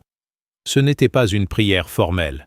C'était juste quelques mots dans le noir, à quelqu'un que je savais ne plus être là, dans les termes où les vivants sont là, mais qui restait présent d'une façon que je n'aurais pas su expliquer à quelqu'un d'autre. J'avais dit « Je ne sais pas si je fais les choses correctement, mais je fais les choses honnêtement. » Et tu m'as toujours dit que c'était la même chose. Le silence ne répondait pas. Mais le silence après ces mots était différent du silence d'avant. Je m'étais levé. J'étais retourné dans l'atelier. Et j'avais repris le morceau de chêne et j'avais travaillé jusqu'à minuit. Ce soir-là, j'avais décidé quelque chose. J'avais décidé que le doute avait le droit d'exister, mais qu'il n'avait pas le droit de décider. Que l'incertitude sur si j'avais eu raison ou tort était une question légitime que je pouvais me poser la nuit. Mais que la réponse à cette question n'était pas dans mes insomnies. Elle était dans les faits. Elle était dans ma chemise bleue. Elle était dans ce que Maître Fort avait dit, et dans ce que le juge conciliateur avait reconnu. Les faits ne changeaient pas, parce que les Moreau me regardaient autrement dans la rue. Un homme qui a passé 40 ans à construire sait une chose fondamentale sur les structures, elles ne mentent pas.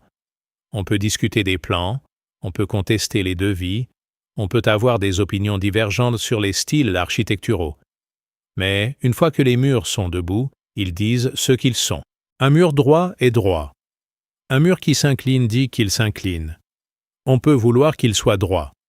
Ça ne change pas ce qu'il est. Les faits dans ma chemise bleue étaient droits. Ils étaient ce qu'ils étaient.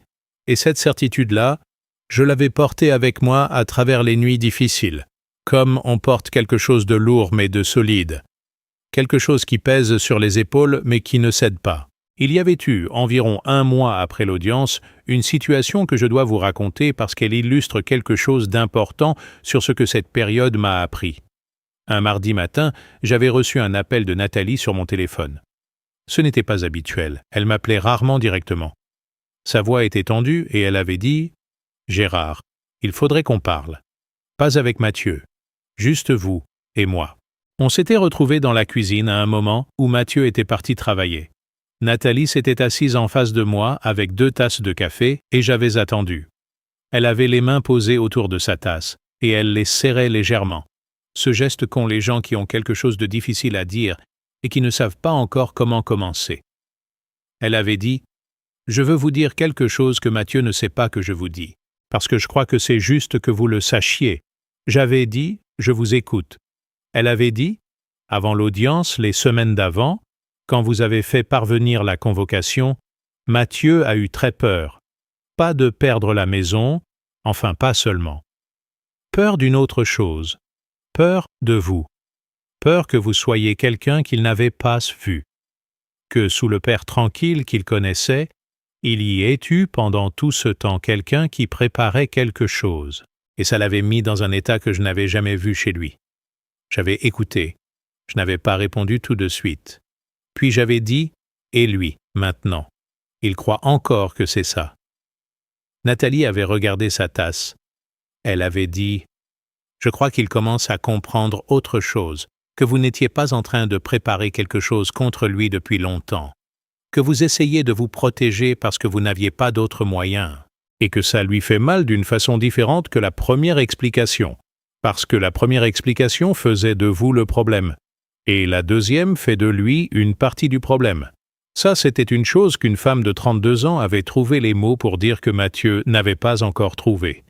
Et je lui en avais été reconnaissant d'une façon que je n'avais pas su lui exprimer correctement sur le moment.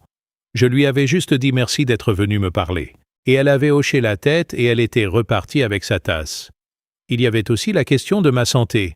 Je ne veux pas m'y attarder longuement parce que ce n'est pas le cœur de ce que j'ai à raconter, et parce que les hommes de ma génération ont une certaine réticence à parler de leur corps comme d'une chose qui peut les trahir. Mais je vais vous dire ce qui s'était passé parce que c'est honnête.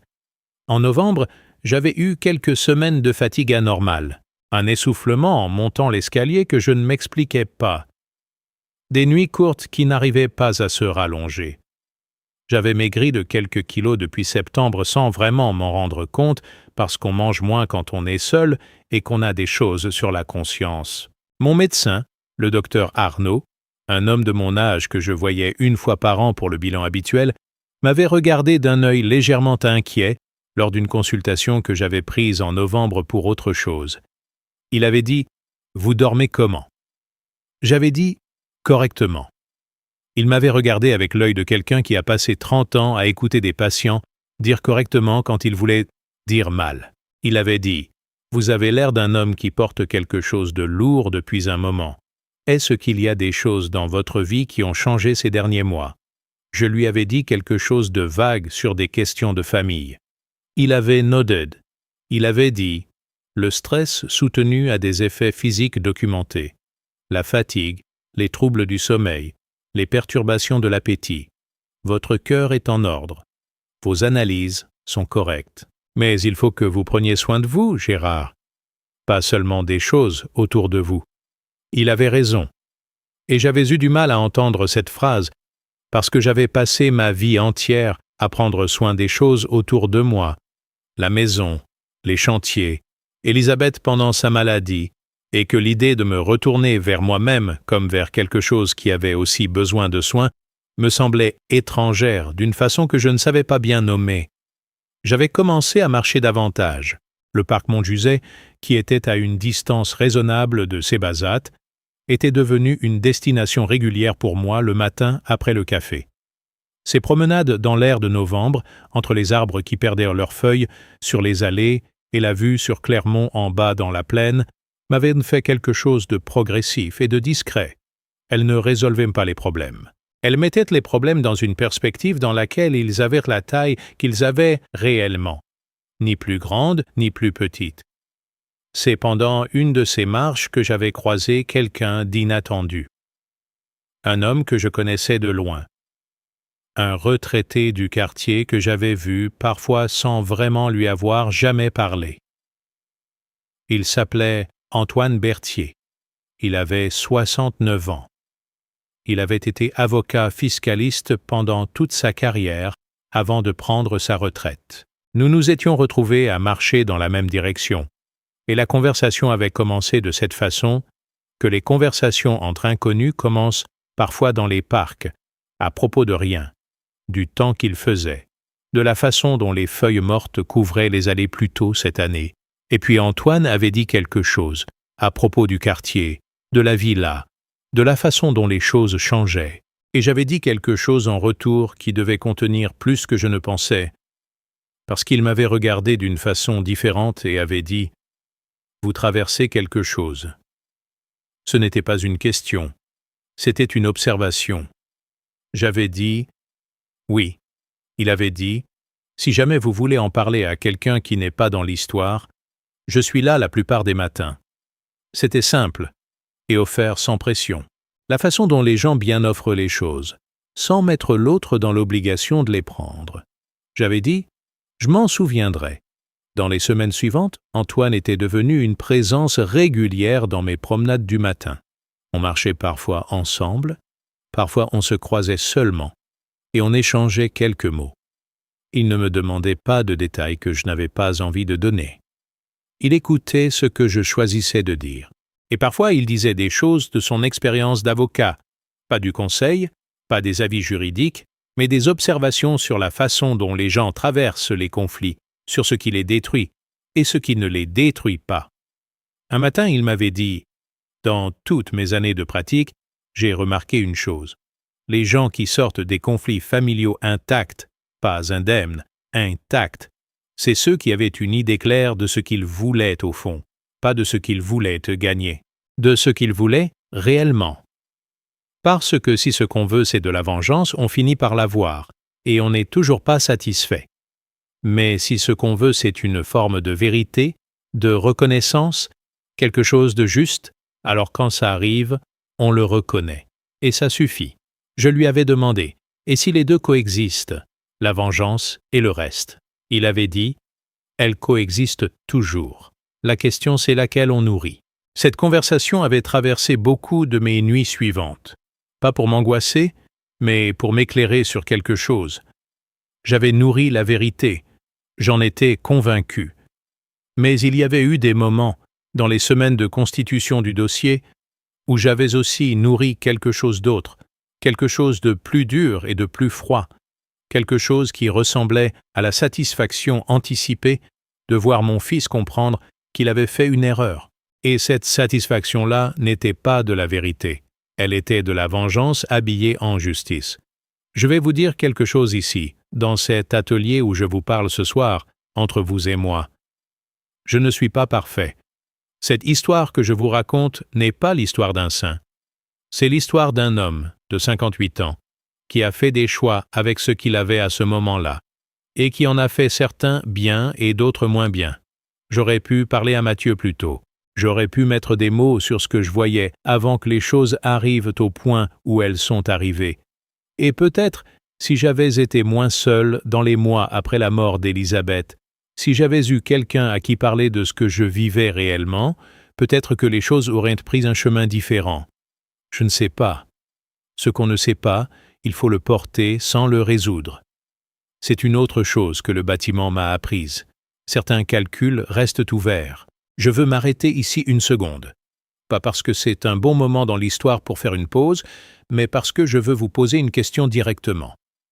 Il y a probablement des gens qui écoutent ça en ce moment et qui sont dans leur propre version de ce que je vivais à cette époque. Pas nécessairement avec une maison ou un fils, mais avec quelque chose qui a été construit avec soin pendant des années et qui est en train d'être remis en question d'une façon qu'ils n'avaient pas vu venir. Des gens qui doutent d'eux-mêmes la nuit et qui tiennent debout le matin sans vraiment savoir comment. Si c'est vous, je veux que vous sachiez quelque chose. Le fait que vous doutiez n'est pas une preuve que vous avez tort. C'est une preuve que vous êtes honnête. Les gens qui ne doutent jamais sont soit des saints, soit des imbéciles. Et les saints sont rares. Dites-moi d'où vous regardez ce soir. Votre ville, votre pays. Quelle heure est-il là où vous êtes? Laissez-le en commentaire parce que je les lis vraiment. Et si cette nuit est difficile pour vous, si vous êtes là parce que quelque chose vous tient éveillé, je suis content que vous ayez trouvé cet endroit. Laissez un like. Abonnez-vous pour les histoires quotidiennes. Et restez avec moi, parce que ce que je vais vous raconter ensuite, c'est la partie où j'ai compris que les choses allaient changer. Et comment elles ont commencé à changer.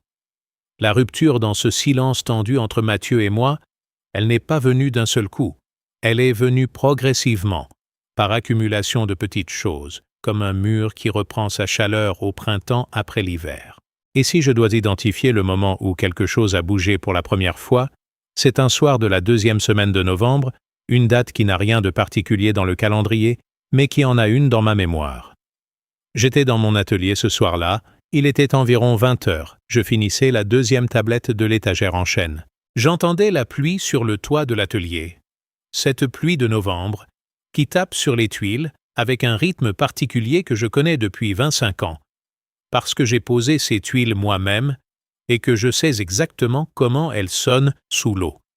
Je travaillais dans la lumière de ma lampe à colle de cygne, dans l'odeur de la sûre et de l'huile de lin que j'avais passée sur le bois plus tôt, et j'entendais la pluie. Et puis j'avais entendu autre chose, un pas dans l'escalier qui mène à l'atelier depuis le couloir. J'avais levé les yeux. Mathieu était dans l'encadrement de la porte. Il portait un pull de laine et il avait l'air d'un homme qui avait descendu cet escalier plusieurs fois ce soir avant de se décider à ouvrir la porte. Il avait regardé l'atelier. Il l'avait regardé comme s'il le voyait pour la première fois depuis longtemps, comme si ce n'était plus le décor d'une vie paternelle légèrement abstraite, mais un endroit réel avec un homme réel dedans. Il avait regardé mes mains sur la tablette de chêne. Il avait regardé la lampe. Il avait regardé le panneau d'outils sur le mur, les outils classés avec l'ordre qui m'avait été transmis par mon père et que j'avais transmis à mon tour dans la façon dont je tenais un chantier. Il avait dit « C'est toi qui as construit cet atelier ». J'avais dit « Oui ». Il avait dit « Je ne savais plus ». J'avais oublié comment c'est de te voir travailler. Il n'y avait rien d'autre à dire à ce moment-là. Et on n'avait rien dit d'autre. Mathieu était resté dans l'encadrement de la porte pendant encore quelques minutes à regarder. Puis il avait dit bonne nuit et il était remonté. Et j'avais continué à travailler sur la tablette de chêne.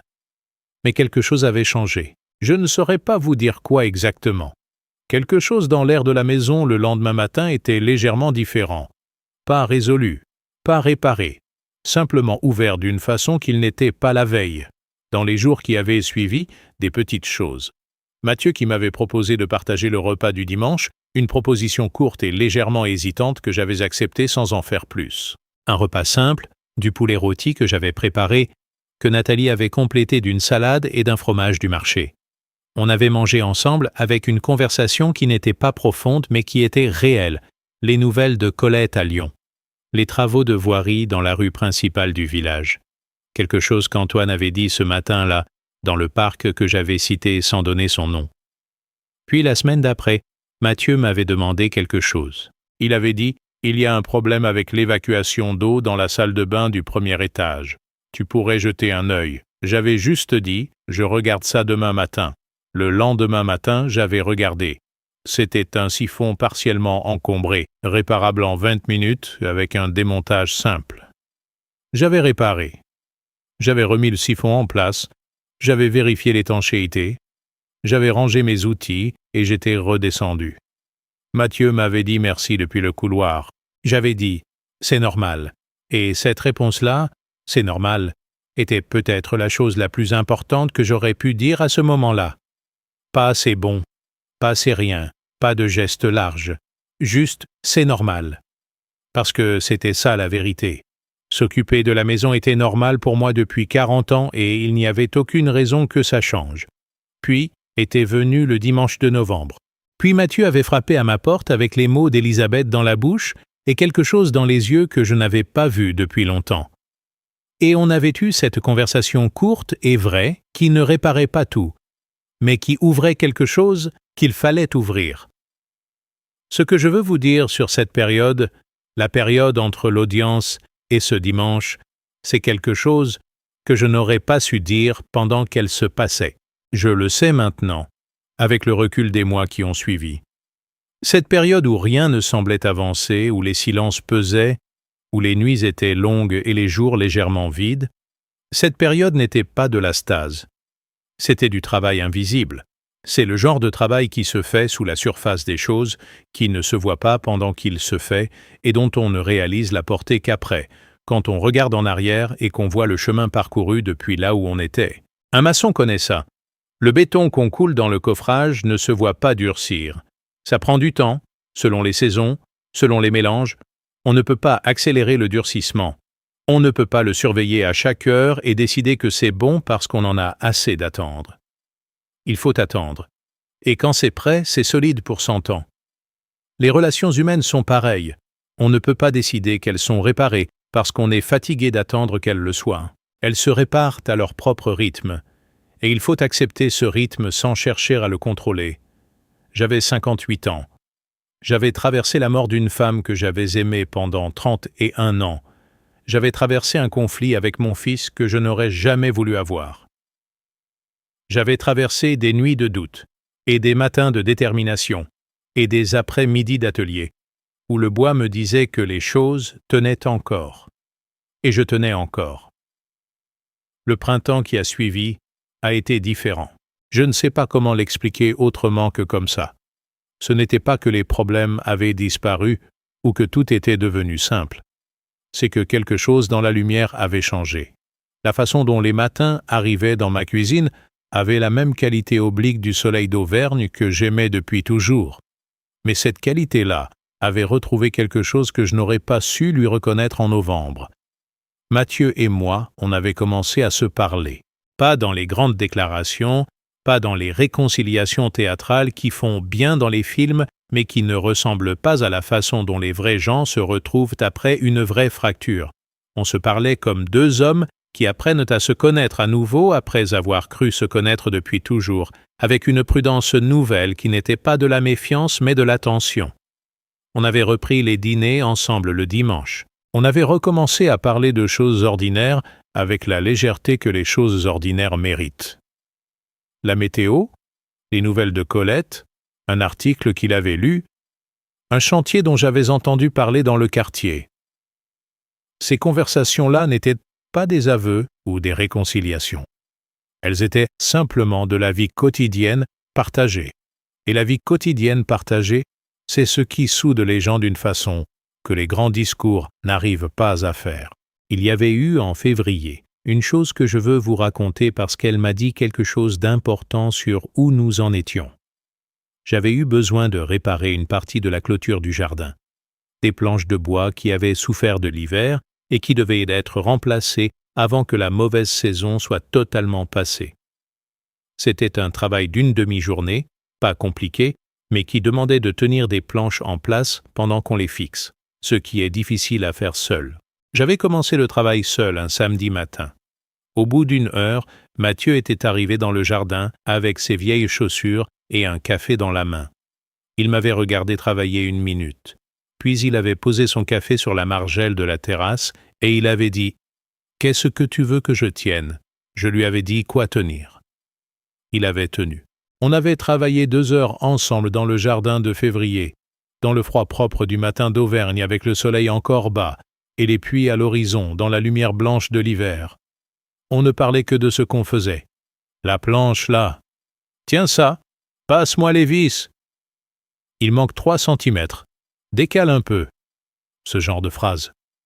À un moment, en fixant la dernière planche, j'avais vu que Mathieu regardait le jardin avec une expression différente. Pas la façon dont quelqu'un regarde quelque chose qui lui appartient. La façon dont quelqu'un regarde quelque chose qui a une histoire. Il avait dit « C'est toi qui avais planté ces rosiers avec maman. » J'avais dit « Au printemps 1997. » Tu avais 5 ans. Tu nous avais aidés à creuser les trous. Il avait dit « Je me souviens du seau. Un seau rouge. » J'avais dit « Un seau rouge. » Exact. On n'avait pas dit autre chose sur ce sujet. On avait fini la clôture. On était rentré boire un café chaud. Et cette demi-journée-là avait compté d'une façon que ni lui ni moi n'aurions nommée, mais que nous sentions tous les deux. La clause de révision de l'accord, celle qui prévoyait un réexamen de la situation patrimoniale dans un délai de 2 ans, nous avions commencé à en parler ensemble en mars, sans avocat, assis à la table de la cuisine. Mathieu avait sorti des documents, des estimations, des chiffres. Moi, j'avais sorti ma chemise bleue. Et on avait regardé ensemble ce qu'elle contenait, pour la première fois, les 2 côtés de la même table. C'est là que quelque chose d'important s'était passé. Mathieu avait pris dans ses mains les factures de réparation que j'avais payées depuis la donation. Il les avait regardées une par une. Les montants, les dates, les descriptions des travaux. Il avait regardé la facture de l'entretien de la chaudière. Il avait regardé les matériaux de la réparation de toiture. Il avait regardé les règlements de la taxe d'ordures ménagères et des factures d'électricité. Et il avait regardé le reçu, le petit papier griffonné à son stylo avec sa signature. Il était resté longtemps à tenir ce reçu dans ses mains. Puis il l'avait posé sur la table doucement, avec le soin qu'on met à poser quelque chose de fragile. Et il avait dit, sans me regarder directement, regardant le reçu sur la table. Quand j'ai signé ça, je n'ai pas lu ce que j'écrivais. J'avais dit, je sais. Il avait dit, mais tu savais ce que tu allais en faire. Il y a des matins qui ressemblent à d'autres matins, mais qui ne le sont pas. Des matins où on fait les mêmes gestes, on allume le même percolateur en aluminium qu'on n'a jamais eu l'idée de remplacer, on s'assoit à la même table avec vue sur le même jardin, et pourtant quelque chose dans l'air a une qualité différente, une légèreté particulière qu'on ne saurait pas expliquer à quelqu'un qui ne l'aurait pas senti lui-même. Ce matin-là, un mardi de juin, presque un an après le matin du papier glissé sous ma porte, j'étais assis à la table de la cuisine avec mon café, et je regardais le vieux pommier d'Élisabeth dans la lumière du début d'été. Le pommier était en fleurs. Il était en fleurs chaque printemps depuis 1987, année où Élisabeth l'avait planté avec la détermination tranquille qu'elle avait pour toutes les choses qu'elle décidait de faire, et il était en fleurs cette année encore, comme si les événements de l'année passée ne l'avaient pas concerné, ce qui était, bien sûr, la vérité. Les arbres ne s'inquiètent pas des conflits familiaux. Ils poussent selon leurs propres règles. Ils donnent leur ombre, leurs fleurs, leurs fruits acides, et ils continuent. J'avais bu mon café lentement. J'avais écouté la maison autour de moi. À l'étage, Mathieu et Nathalie dormaient encore. C'était un mardi, et Mathieu travaillait en télétravail le mardi matin, il se levait un peu plus tard ces jours-là. Le silence de la maison était habité. Il y a une différence entre le silence d'une maison vide et le silence d'une maison où des gens dorment. Le second a une texture différente, une chaleur, une densité que le premier n'a pas. Je pensais à l'année passée. Je ne vais pas vous dire que j'y pensais avec sérénité totale, parce que ce serait mentir. Il y avait encore des moments, parfois le soir dans l'atelier, parfois dans les nuits, qui n'étaient plus aussi régulières qu'avant, mais qui avaient encore leurs heures de veille, où certaines images revenaient. Le boleto blanc dans la lumière de septembre. La salle du tribunal, avec son silence particulier. Mathieu tenant le reçu dans ses mains, à la table de la cuisine, en regardant ce qu'il avait signé sans lire. Ces images ne me torturaient plus. Elles avaient perdu la puissance qu'elles avaient eue.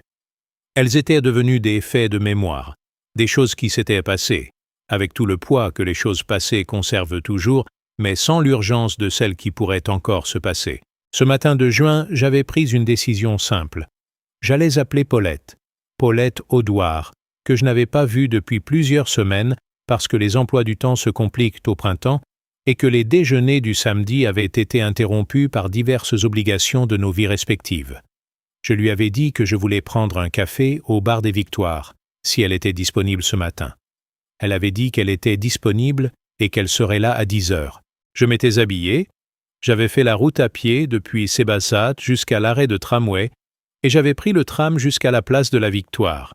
Clermont en juin avait la légèreté particulière des villes du centre de la France quand les mauvaises saisons sont passées et que les gens reprennent leurs habitudes de terrasse et de promenade. Les platanes de la place projetaient de l'ombre fraîche sur les tables extérieures du bar des Victoires. Paulette était déjà là quand j'étais arrivé, avec sa façon habituelle d'être légèrement en avance partout comme si le retard était une chose qu'elle avait décidé une fois pour toutes de ne jamais pratiquer. Elle m'avait regardé arriver de loin et avait eu ce sourire à elle. Pas le sourire large des grandes effusions, mais le sourire précis de quelqu'un qui voit quelque chose de positif et le reconnaît simplement. Elle avait dit « Tu as meilleure mine ». J'avais dit « Les choses se sont arrangées ». Elle avait dit « J'avais entendu quelque chose comme ça. Les nouvelles circulent. On avait commandé 2 cafés. » Et j'avais raconté à Paulette, pour la première fois dans sa totalité, L'histoire que je viens de vous raconter, depuis le matin du papier jusqu'à la randonnée du Sun-Sea, pas dans tous les détails, pas avec les termes juridiques que j'ai utilisés avec vous ce soir, dans les mots d'une conversation entre deux gens qui se connaissent assez pour dire les choses simplement. Paulette avait écouté sans m'interrompre. Elle avait cette qualité chez elle, écouter vraiment. Pas écouter en attendant son tour de parler, mais écouter comme si ce qu'on lui disait était la chose la plus importante dans la pièce, à ce moment-là. Maurice me l'avait dit une fois, « Paulette écoute mieux que personne que j'ai jamais connu. » Et j'avais compris ce qu'il voulait dire.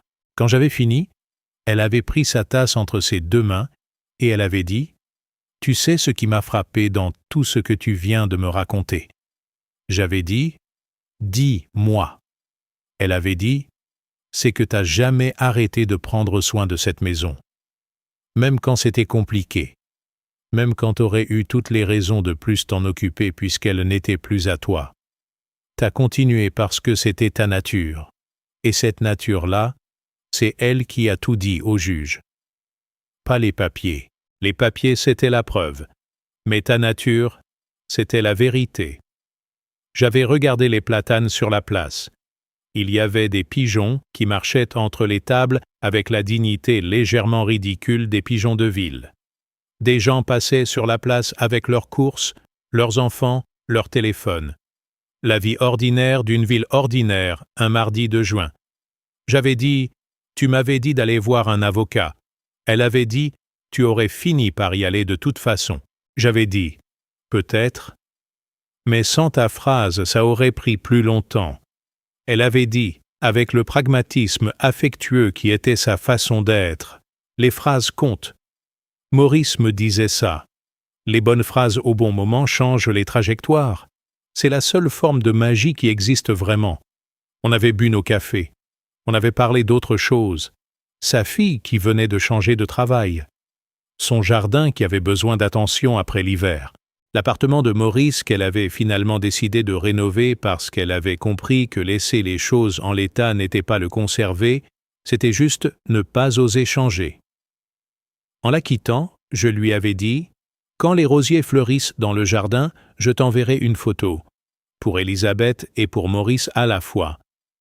Elle avait souri de son sourire précis et elle avait dit « J'attendrai cette photo. Je vais vous demander quelque chose avant de continuer. Si vous êtes encore là avec moi, si vous avez traversé cette histoire depuis le début, depuis le matin du papier glissé sous la porte jusqu'à ce café de juin sur la place de la Victoire, je veux savoir d'où vous regardez. Votre ville, votre région, votre pays. Laissez-le dans les commentaires. Et quelle serait-il là où vous êtes en ce moment? Je pose cette question à chaque fois parce que j'aime imaginer les gens qui écoutent, leur endroit dans le monde, leur moment de la journée ou de la nuit. Ça me rappelle que ces histoires voyagent plus loin que je ne le vois. Si cette histoire vous a touché d'une façon ou d'une autre, laissez un like. Si vous connaissez quelqu'un qui traverse quelque chose de semblable, partagez cette vidéo avec lui. Parfois, ce dont on a le plus besoin, c'est d'entendre que quelqu'un est passé par là et s'en est sorti debout. Et abonnez-vous si ce n'est pas encore fait. Il y a une nouvelle histoire ici chaque jour. Certaines sont différentes de celles-ci, mais elles viennent toutes du même endroit, de la conviction qu'il y a une façon de traverser les choses difficiles, sans perdre ce qu'on est. Les mois qui ont suivi ce mardi de juin ont eu leur propre rythme.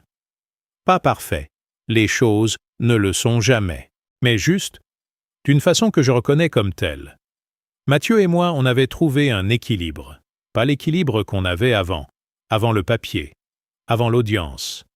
Un équilibre nouveau, construit avec ce qu'on savait maintenant sur nous-mêmes et sur l'autre, et qui tenait compte de ces choses d'une façon que l'ancien équilibre ne faisait pas, parce que l'ancien équilibre était en partie une illusion, une façon de ne pas regarder certaines choses de face. Le nouvel équilibre avait les yeux ouverts. On avait des conversations que j'aurais voulu avoir des années plus tôt, sur la façon dont Mathieu avait vécu l'enfance dans une maison construite par son père et ce que ça représentait pour lui, sur la façon dont il avait traversé le deuil de sa mère, différemment de moi, avec ses propres silences et ses propres façons de porter quelque chose qu'on ne peut pas vraiment partager, sur ce qu'il voulait pour sa vie, lui et Nathalie. et sur la façon dont la maison de Sebazad s'inscrivait dans ça ou ne s'inscrivait pas. Ces conversations avaient une qualité particulière. La qualité des choses dites tard, plus tard qu'elles n'auraient dû être dites, avec une conscience de ce retard qui leur donnait un poids et une honnêteté qu'elles n'auraient peut-être pas eues si elles avaient été dites au bon moment et dans les conditions ordinaires d'une relation père-fils qui va bien. Il y avait eu, en septembre de cette même année, un événement simple que je veux vous raconter parce qu'il m'a appris quelque chose sur la guérison que les mots ne m'auraient pas appris. C'était le matin du 11 septembre, exactement 1 an après le matin du papier glissé sous la porte. Je ne l'avais pas calculé exprès. Je ne m'étais pas levé ce matin-là en pensant « c'est l'anniversaire ». Je l'avais réalisé pendant mon café, en regardant le pommier dans le jardin, et cette réalisation avait eu quelque chose de doux et de légèrement surprenant. 1 an. 1 an entre ce matin-là, avec le boleto blanc dans la lumière oblique de septembre, et ce matin-ci, avec le café dans la même tasse, dans la même lumière du même mois, dans la même cuisine. J'avais entendu des pas dans l'escalier. Mathieu était descendu, en avance sur son habitude du mardi, avec l'air de quelqu'un qui s'était levé sans se rendormir. Il avait pris sa tasse, il s'était fait son café avec la machine à capsules qu'il avait installée sur le plan de travail, il s'était assis à la table en face de moi. Il avait regardé le jardin, le pommier, la lumière. Il avait dit « Bonne journée, papa ». 2 mots simples. 2 mots que les pères et les fils s'échangent chaque matin dans des milliers de cuisines, sans que ça représente grand-chose de particulier. Sauf que dans notre cuisine, ce matin-là, 1 an exactement après le matin où les choses avaient commencé à se fracturer, ces 2 mots avaient la densité de tout ce qui avait été traversé pour arriver là. J'avais dit « Bonne journée, Mathieu », et on avait bu notre café en regardant le jardin. Je dois vous parler maintenant de quelque chose d'un peu différent. Je dois vous parler de ce que cette histoire m'a appris. Pas sur mon fils, pas sur les procédures juridiques, pas sur les avocats, et les notaires, et les tribunaux. Sur moi. Parce que c'est la partie qu'on oublie souvent quand on raconte des histoires de ce genre. On parle de qui a eu tort et qui a eu raison. On parle de la victoire et de la défaite. On parle des preuves et des accords. Et on oublie parfois de parler de ce que ça fait à l'intérieur, à l'homme qui est au centre de tout ça, et ce qu'il en ressort de différent. J'en suis ressorti avec une certaine chose que je n'aurais pas pu prévoir. Une clarté sur qui je suis que je n'avais pas avant, ou que j'avais peut-être toujours eu, mais que je n'avais jamais eu à éprouver aussi directement. Parce qu'on ne sait pas vraiment de quoi on est fait tant qu'on n'a pas été mis sous une pression suffisante pour que ça apparaisse. Les matériaux révèlent leurs propriétés sous la charge. C'est un principe fondamental de la construction. Et les hommes aussi. Ce que j'ai découvert sous la pression, c'est que je suis quelqu'un qui documente. Pas par méfiance maladive, pas par paranoïa, mais parce que j'ai grandi dans un métier où le document est la forme que prend la réalité quand elle doit traverser le temps et les malentendus. Un plan de construction n'est pas le bâtiment. Mais sans le plan, le bâtiment ne peut pas être défendu quand quelqu'un dit qu'il n'était pas prévu comme ça. J'ai appliqué ce principe à ma vie sans m'en rendre compte, et cette application inconsciente d'une habitude professionnelle s'est révélée être la chose qui m'a sauvé. Ce que j'ai découvert aussi, c'est que je suis quelqu'un qui peut attendre, pas avec indifférence, avec patience. Ces 2 choses ne sont pas la même. L'indifférence n'attend pas, elle s'en fout. La patience attend avec intention, avec conscience de ce qu'elle attend et de pourquoi. J'avais attendu les semaines de constitution du dossier avec patience. J'avais attendu les semaines après l'audience avec patience. Et cette patience avait été possible parce que je savais ce que j'attendais, la vérité, la reconnaissance, la dignité de ma place dans ma propre maison. Ce que j'ai découvert enfin, et c'est peut-être la chose la plus difficile à formuler, c'est que j'aime mon fils même quand il a tort, même quand il fait des choses que je ne comprends pas, même quand il transforme la maison de son enfance en un instrument de pouvoir sur le père qui la lui avait donné. Cet amour ne disparaît pas. Il peut être blessé. Il peut être mis à l'épreuve de façons qui font très mal. mais il reste. Et c'est finalement sur lui que tout le reste s'est construit. L'accord, la réconciliation, les dimanches à table, la randonnée du Sancy, le café du matin de septembre. Nathalie, dans les mois qui avaient suivi, avait changé avec nous. Pas de façon dramatique. De la façon dont les gens changent quand l'atmosphère dans laquelle ils vivent change. Elle était moins tendue. Elle regardait dans les yeux plus facilement. Il lui arrivait de venir dans l'atelier me demander quelque chose, un outil, un conseil pour une petite réparation dans leur appartement de Lyon, qu'il gardait et dans lequel il passait encore une partie du temps. Elle m'avait dit un jour, simplement, sans que rien dans la conversation ne l'y amène particulièrement. « Gérard, je suis contente que ça se soit arrangé. » J'avais dit « moi aussi ». Et c'était tout ce qu'il fallait dire. La clause de révision de l'accord prévoyait une réévaluation dans 2 ans. Ces 2 ans n'étaient pas encore passés au moment où je vous raconte cette histoire. Ce qui se passerait alors, je ne le savais pas exactement. Peut-être qu'on formaliserait encore des choses. Peut-être que les discussions évolueraient dans une direction que ni Mathieu ni moi n'avions encore envisagée. Les maisons ont leur propre avenir, comme les familles. On ne peut pas tout planifier. On peut construire des fondations solides et faire confiance à ce qu'on a bâti. Ce que je savais, en revanche, c'est que ces 2 ans-là se passeraient différemment des 2 années précédentes, parce que nous avions appris quelque chose, Mathieu et moi, sur la façon dont on se parle, sur la façon dont on peut ne pas se parler et ce que ça coûte, sur la façon dont certaines choses doivent être dites clairement, même si c'est difficile, même si ça fait entrer des avocats dans des espaces où on aurait préféré n'en avoir jamais. Paulette m'avait envoyé un message ce printemps quand j'avais pris la photo des rosiers en fleurs dans le jardin et la lui avais envoyée. Elle avait répondu par un seul mot.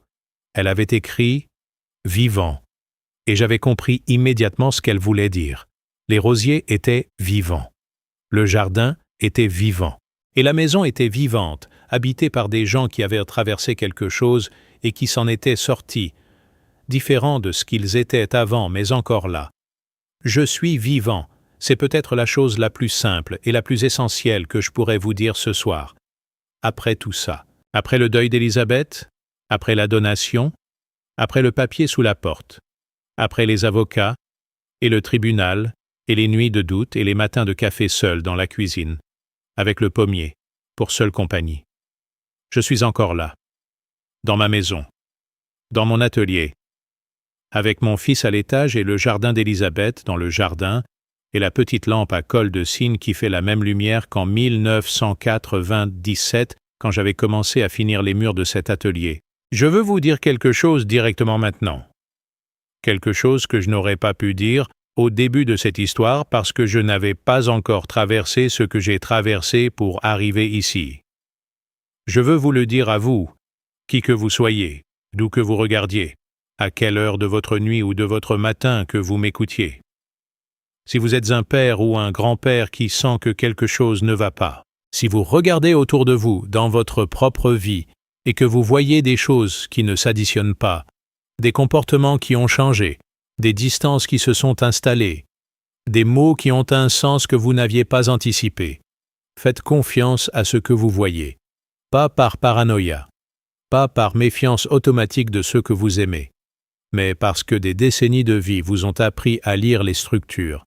Un maçon sait quand un mur commence à travailler avant qu'il ne s'effondre. Un père qui a vécu assez longtemps a des capteurs que les plus jeunes n'ont pas encore. Faites confiance à ces capteurs. Et si vous sentez que quelque chose ne va pas, parlez en. Pas en accusation, pas en confrontation immédiate, pas avec la colère froide que j'ai eu parfois envie d'utiliser. Parlez en comme quelqu'un qui cherche à comprendre avant de conclure. Et si les mots ne passent pas, si la conversation ne peut pas avoir lieu, allez chercher les gens qui peuvent vous aider à la traduire dans une langue qui soit entendue. Les avocats, les médiateurs, les conseillers familiaux, ces gens-là existent pour ça. Ils ne sont pas l'aveu d'un échec. Ils sont les outils qu'on utilise quand on a besoin de plus que ses seules mains. Si vous êtes un fils ou une fille qui reconnaît quelque chose dans ce que je raconte, pas dans ce que j'ai fait, mais dans ce que Mathieu a fait. Si en écoutant cette histoire, vous avez pensé à votre propre père ou à votre propre mère, et à des choses que vous avez peut-être faites ou dites ou laissées glisser. Je ne vous condamne pas. Matthieu n'est pas un méchant, et il ne l'a jamais été. Il est un être humain qui a fait des choix sous l'influence de choses qu'il ne regardait pas honnêtement. La peur de ne pas avoir construit sa propre place dans le monde. La difficulté de vivre dans l'ombre d'un père qui construisait des maisons depuis avant sa naissance. Ces choses-là sont réelles et elles méritent d'être regardées. Mais elles ne justifient pas ce qu'elles peuvent amener à faire. Et les reconnaître, maintenant, avant que les papiers s'accumulent et que les tribunaux deviennent nécessaires, c'est un cadeau que vous pouvez vous faire à vous-même et à ceux que vous aimez, si vous êtes quelqu'un qui a été blessé par quelqu'un en qui vous aviez confiance. Si cette histoire ressemble à quelque chose que vous vivez ou que vous avez vécu, sachez que la blessure n'est pas une définition. Elle est une expérience. Et les expériences, même les plus difficiles, même celles qui vous font douter de vous-même dans le noir des nuits longues, ne sont pas la dernière chose qui vous arrivera. Il y a après. Il y a toujours après. Pour autant qu'on continue à bouger, à chercher les gens qui peuvent aider, à garder les documents dans la chemise bleue, à faire confiance à ce qu'on sait être vrai. Je veux aussi vous dire quelque chose sur l'âge. Parce que dans cette histoire, mon âge a été utilisé contre moi. Pas brutalement, pas avec des mots directs, mais d'une façon subtile et peut-être inconsciente, cette idée que quelqu'un de 58 ans qui vit seul depuis la mort de sa femme est peut-être moins capable de comprendre sa propre situation, moins capable de prendre des décisions claires, moins fiable dans son interprétation des événements. Cette idée est fausse. Et elle est dangereuse. L'âge n'est pas une diminution. L'âge est une accumulation. Ce que j'avais à 58 ans que je n'avais pas à 25, c'est 40 ans d'expérience dans la lecture des structures, des contrats, des comportements humains. C'est un réseau de relations construites avec soin pendant des décennies. Paulette, Robert, Antoine, Maître Fort. C'est la capacité de tenir dans la durée, de ne pas paniquer, de construire méthodiquement plutôt que de réagir impulsivement. Ces choses-là, c'est l'âge qui les donne. Et ces choses-là sont ce qui m'a permis de traverser cette histoire debout. Si quelqu'un dans votre vie essaie de vous faire croire que votre âge est une faiblesse, que votre expérience est de la vieille pensée, que votre façon de voir les choses est dépassée, regardez vos mains. Regardez ce qu'elles ont construit, réparé, tenu, porté, et demandez-vous si ces mains-là méritent qu'on leur enseigne la méfiance d'elles-mêmes. Je ne crois pas. Je ne le crois pas du tout. La chemise cartonnée bleue est encore dans le tiroir du bas de mon bureau. Je l'ai gardée. Je l'ai gardée avec les factures, les relevés, les correspondances, tout ce qui a constitué le dossier. Je ne les relis jamais. Je n'en ai pas besoin. Mais elles sont là, comme une maison est là même quand personne ne la regarde. Comme une fondation qui travaille dans le temps même quand personne ne pense à elle. Le reçu, lui, est sous la photo de mariage d'Elisabeth et moi, sur l'étagère en chêne de mon atelier. Je le regarde parfois quand je passe devant, sous la lampe à colle de cygne allumée. Ce petit papier griffonné au stylo, avec la signature de Matthieu, dans le coin bas à droite. Il a changé de sens depuis le moment où Matthieu l'a signé sans le lire. Il a changé encore quand il s'est retrouvé sur la table du tribunal. Il a changé encore quand Matthieu le tenait dans ses mains à la table de la cuisine et comprenait ce qu'il avait signé. Maintenant, il a le sens d'une chose qui a traversé beaucoup de mains et beaucoup de significations et qui est arrivée à la sienne définitive. Il est la preuve que les choses peuvent commencer par une humiliation et finir par quelque chose d'autre entièrement. Il est la preuve qu'un homme qui demande un simple reçu, calmement, sans discuter, avec juste cette phrase sur les habitudes du bâtiment, peut être en train de faire quelque chose de bien plus important qu'il ne le laisse paraître. Et il est la preuve qu'Élisabeth avait raison quand elle disait que les bonnes choses te prennent le temps qu'elles prennent. Je suis presque au bout de ce que j'avais à vous raconter ce soir. Et avant de vous laisser, je veux vous dire quelque chose sur les maisons, sur ce que les maisons sont vraiment, au-delà des murs et des toits, et des fondations et des actes notariés. Une maison, c'est une promesse. la promesse qu'on fait à ceux qu'on aime que ce lieu leur appartient, qu'il les attend, qu'il sera là quoi qu'il arrive au dehors. Quand j'ai construit la maison de Sébaza, je faisais cette promesse à Élisabeth, à Matthieu, à moi-même. Je disais que ce lieu serait solide, que les murs tiendraient, que les fondations avaient été faites correctement, parce qu'elles méritaient d'être faites correctement.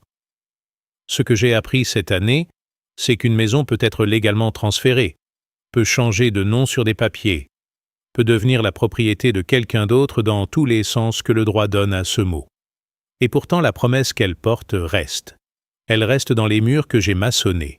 Elle reste dans le carrelage de l'allée que j'ai posé un automne pour que Matthieu apprenne à faire du vélo.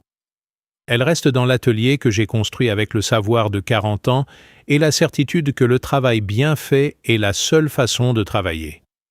Elle reste dans le pommier qu'Élisabeth a planté et qui donne encore ses pommes acides chaque année comme si de rien n'était. Les papiers peuvent changer. Les promesses faites en béton et en pierre restent. Et c'est peut-être la leçon la plus importante que je pourrais vous laisser ce soir. Pas une leçon juridique sur les donations et les droits d'usage et les actes notariés. Pas une leçon tactique sur comment documenter et comment choisir son avocat. Une leçon sur la solidité. Sur le fait que ce qu'on construit avec soin et avec amour a une résistance que les autres ne voient pas toujours et que les circonstances ne peuvent pas toujours détruire. Sur le fait qu'un homme qui a passé sa vie à bâtir des choses qui tiennent a en lui une façon d'être dans le monde qui tient aussi, même sous la pression, même dans les nuits longues, même quand son propre fils lui glisse un boletto sous la porte. On ne bâtit pas pour l'éternité, on ne bâtit pas pour être immortel, on bâtit parce que c'est notre façon de dire à ceux qu'on aime « Je suis là, je serai là », et après que je ne serai plus là, quelque chose de moi sera encore là pour vous protéger. Et parfois cette chose-là, cette présence dans les murs, et les fondations, et les vieilles tuiles rachetées à la démolition d'une ferme, parfois elle parle plus fort que n'importe quel document signé chez un notaire. Élisabeth le savait. Elle l'avait dit dans sa lettre à Matthieu. Une maison peut être construite avec du béton et des briques, mais un foyer prend des décennies à construire. Et ça peut commencer à s'effondrer le jour où un fils décide de mettre un prix sur ce qui ne devrait jamais en avoir un. Matthieu avait fini par entendre ça. Il avait fallu le chemin qu'il avait fallu pour qu'il l'entende, mais il l'avait entendu. Et ce soir dans mon atelier, sous la lampe à colle de cygne, avec l'étagère en chêne sur le mur et la photo de mariage et le reçu dessous, je vous dis que ce chemin-là valait la peine d'être parcouru, même avec tout ce qu'il a coûté. Peut-être précisément parce qu'il a coûté ce qu'il a coûté. Si vous êtes resté avec moi jusqu'ici, du premier matin de septembre jusqu'à ce soir de juin dans l'atelier, je veux vous remercier d'une façon que je ne sais pas très bien exprimer autrement que simplement. Vous avez offert quelque chose à ce vieux maçon ce soir. Vous lui avez offert votre présence et votre écoute. Et ça compte d'une façon que les mots disponibles ne rendent pas complètement. Il me reste une dernière chose à vous demander avant de vous laisser. Si cette histoire vous a touché d'une façon ou d'une autre, si elle vous a rejoint quelque part en vous, laissez-moi un commentaire avec un seul mot. Ce mot, c'est vivant. Juste ce mot, parce que c'est le mot que Paulette m'a envoyé quand elle a vu la photo des rosiers au printemps, parce que c'est le mot qui résume tout ce que cette histoire a coûté et tout ce qu'elle a préservé, parce que si vous avez écouté vraiment, vous comprendrez exactement pourquoi ce mot-là et pas un autre. Laissez vivant dans les commentaires, je les lirai tous. Abonnez-vous si ce n'est pas encore fait. Il y a une nouvelle histoire ici, chaque jour. Des histoires de pères et de mères, de fils et de filles, de maisons et de familles, et de ce qu'on construit dans une vie, et de ce qu'on fait quand quelqu'un essaie de le défaire. Ces histoires viennent de vies réelles, et elles s'adressent à des gens réels. Peut-être que l'une d'entre elles, demain ou la semaine prochaine, dira exactement ce dont vous avez besoin d'entendre à ce moment précis. Laissez un like si cette histoire le méritait. Partagez-la avec quelqu'un qui construit des choses, avec ses mains ou autrement, et qui a besoin de savoir que ce qu'on construit avec honnêteté finit par tenir. Et de cet atelier à Sébazat, avec la lampe à colle de cygne, et l'odeur du bois, et le silence du soir d'Auvergne dehors, et le pommier d'Élisabeth dans le jardin que je ne vois plus, mais que je sais être là. De là où je suis à là où vous êtes en ce moment. Bonne nuit. Prenez soin des gens que vous aimez. Prenez soin des choses que vous avez construites. Et prenez soin les uns des autres. C'est la seule chose qui tient vraiment.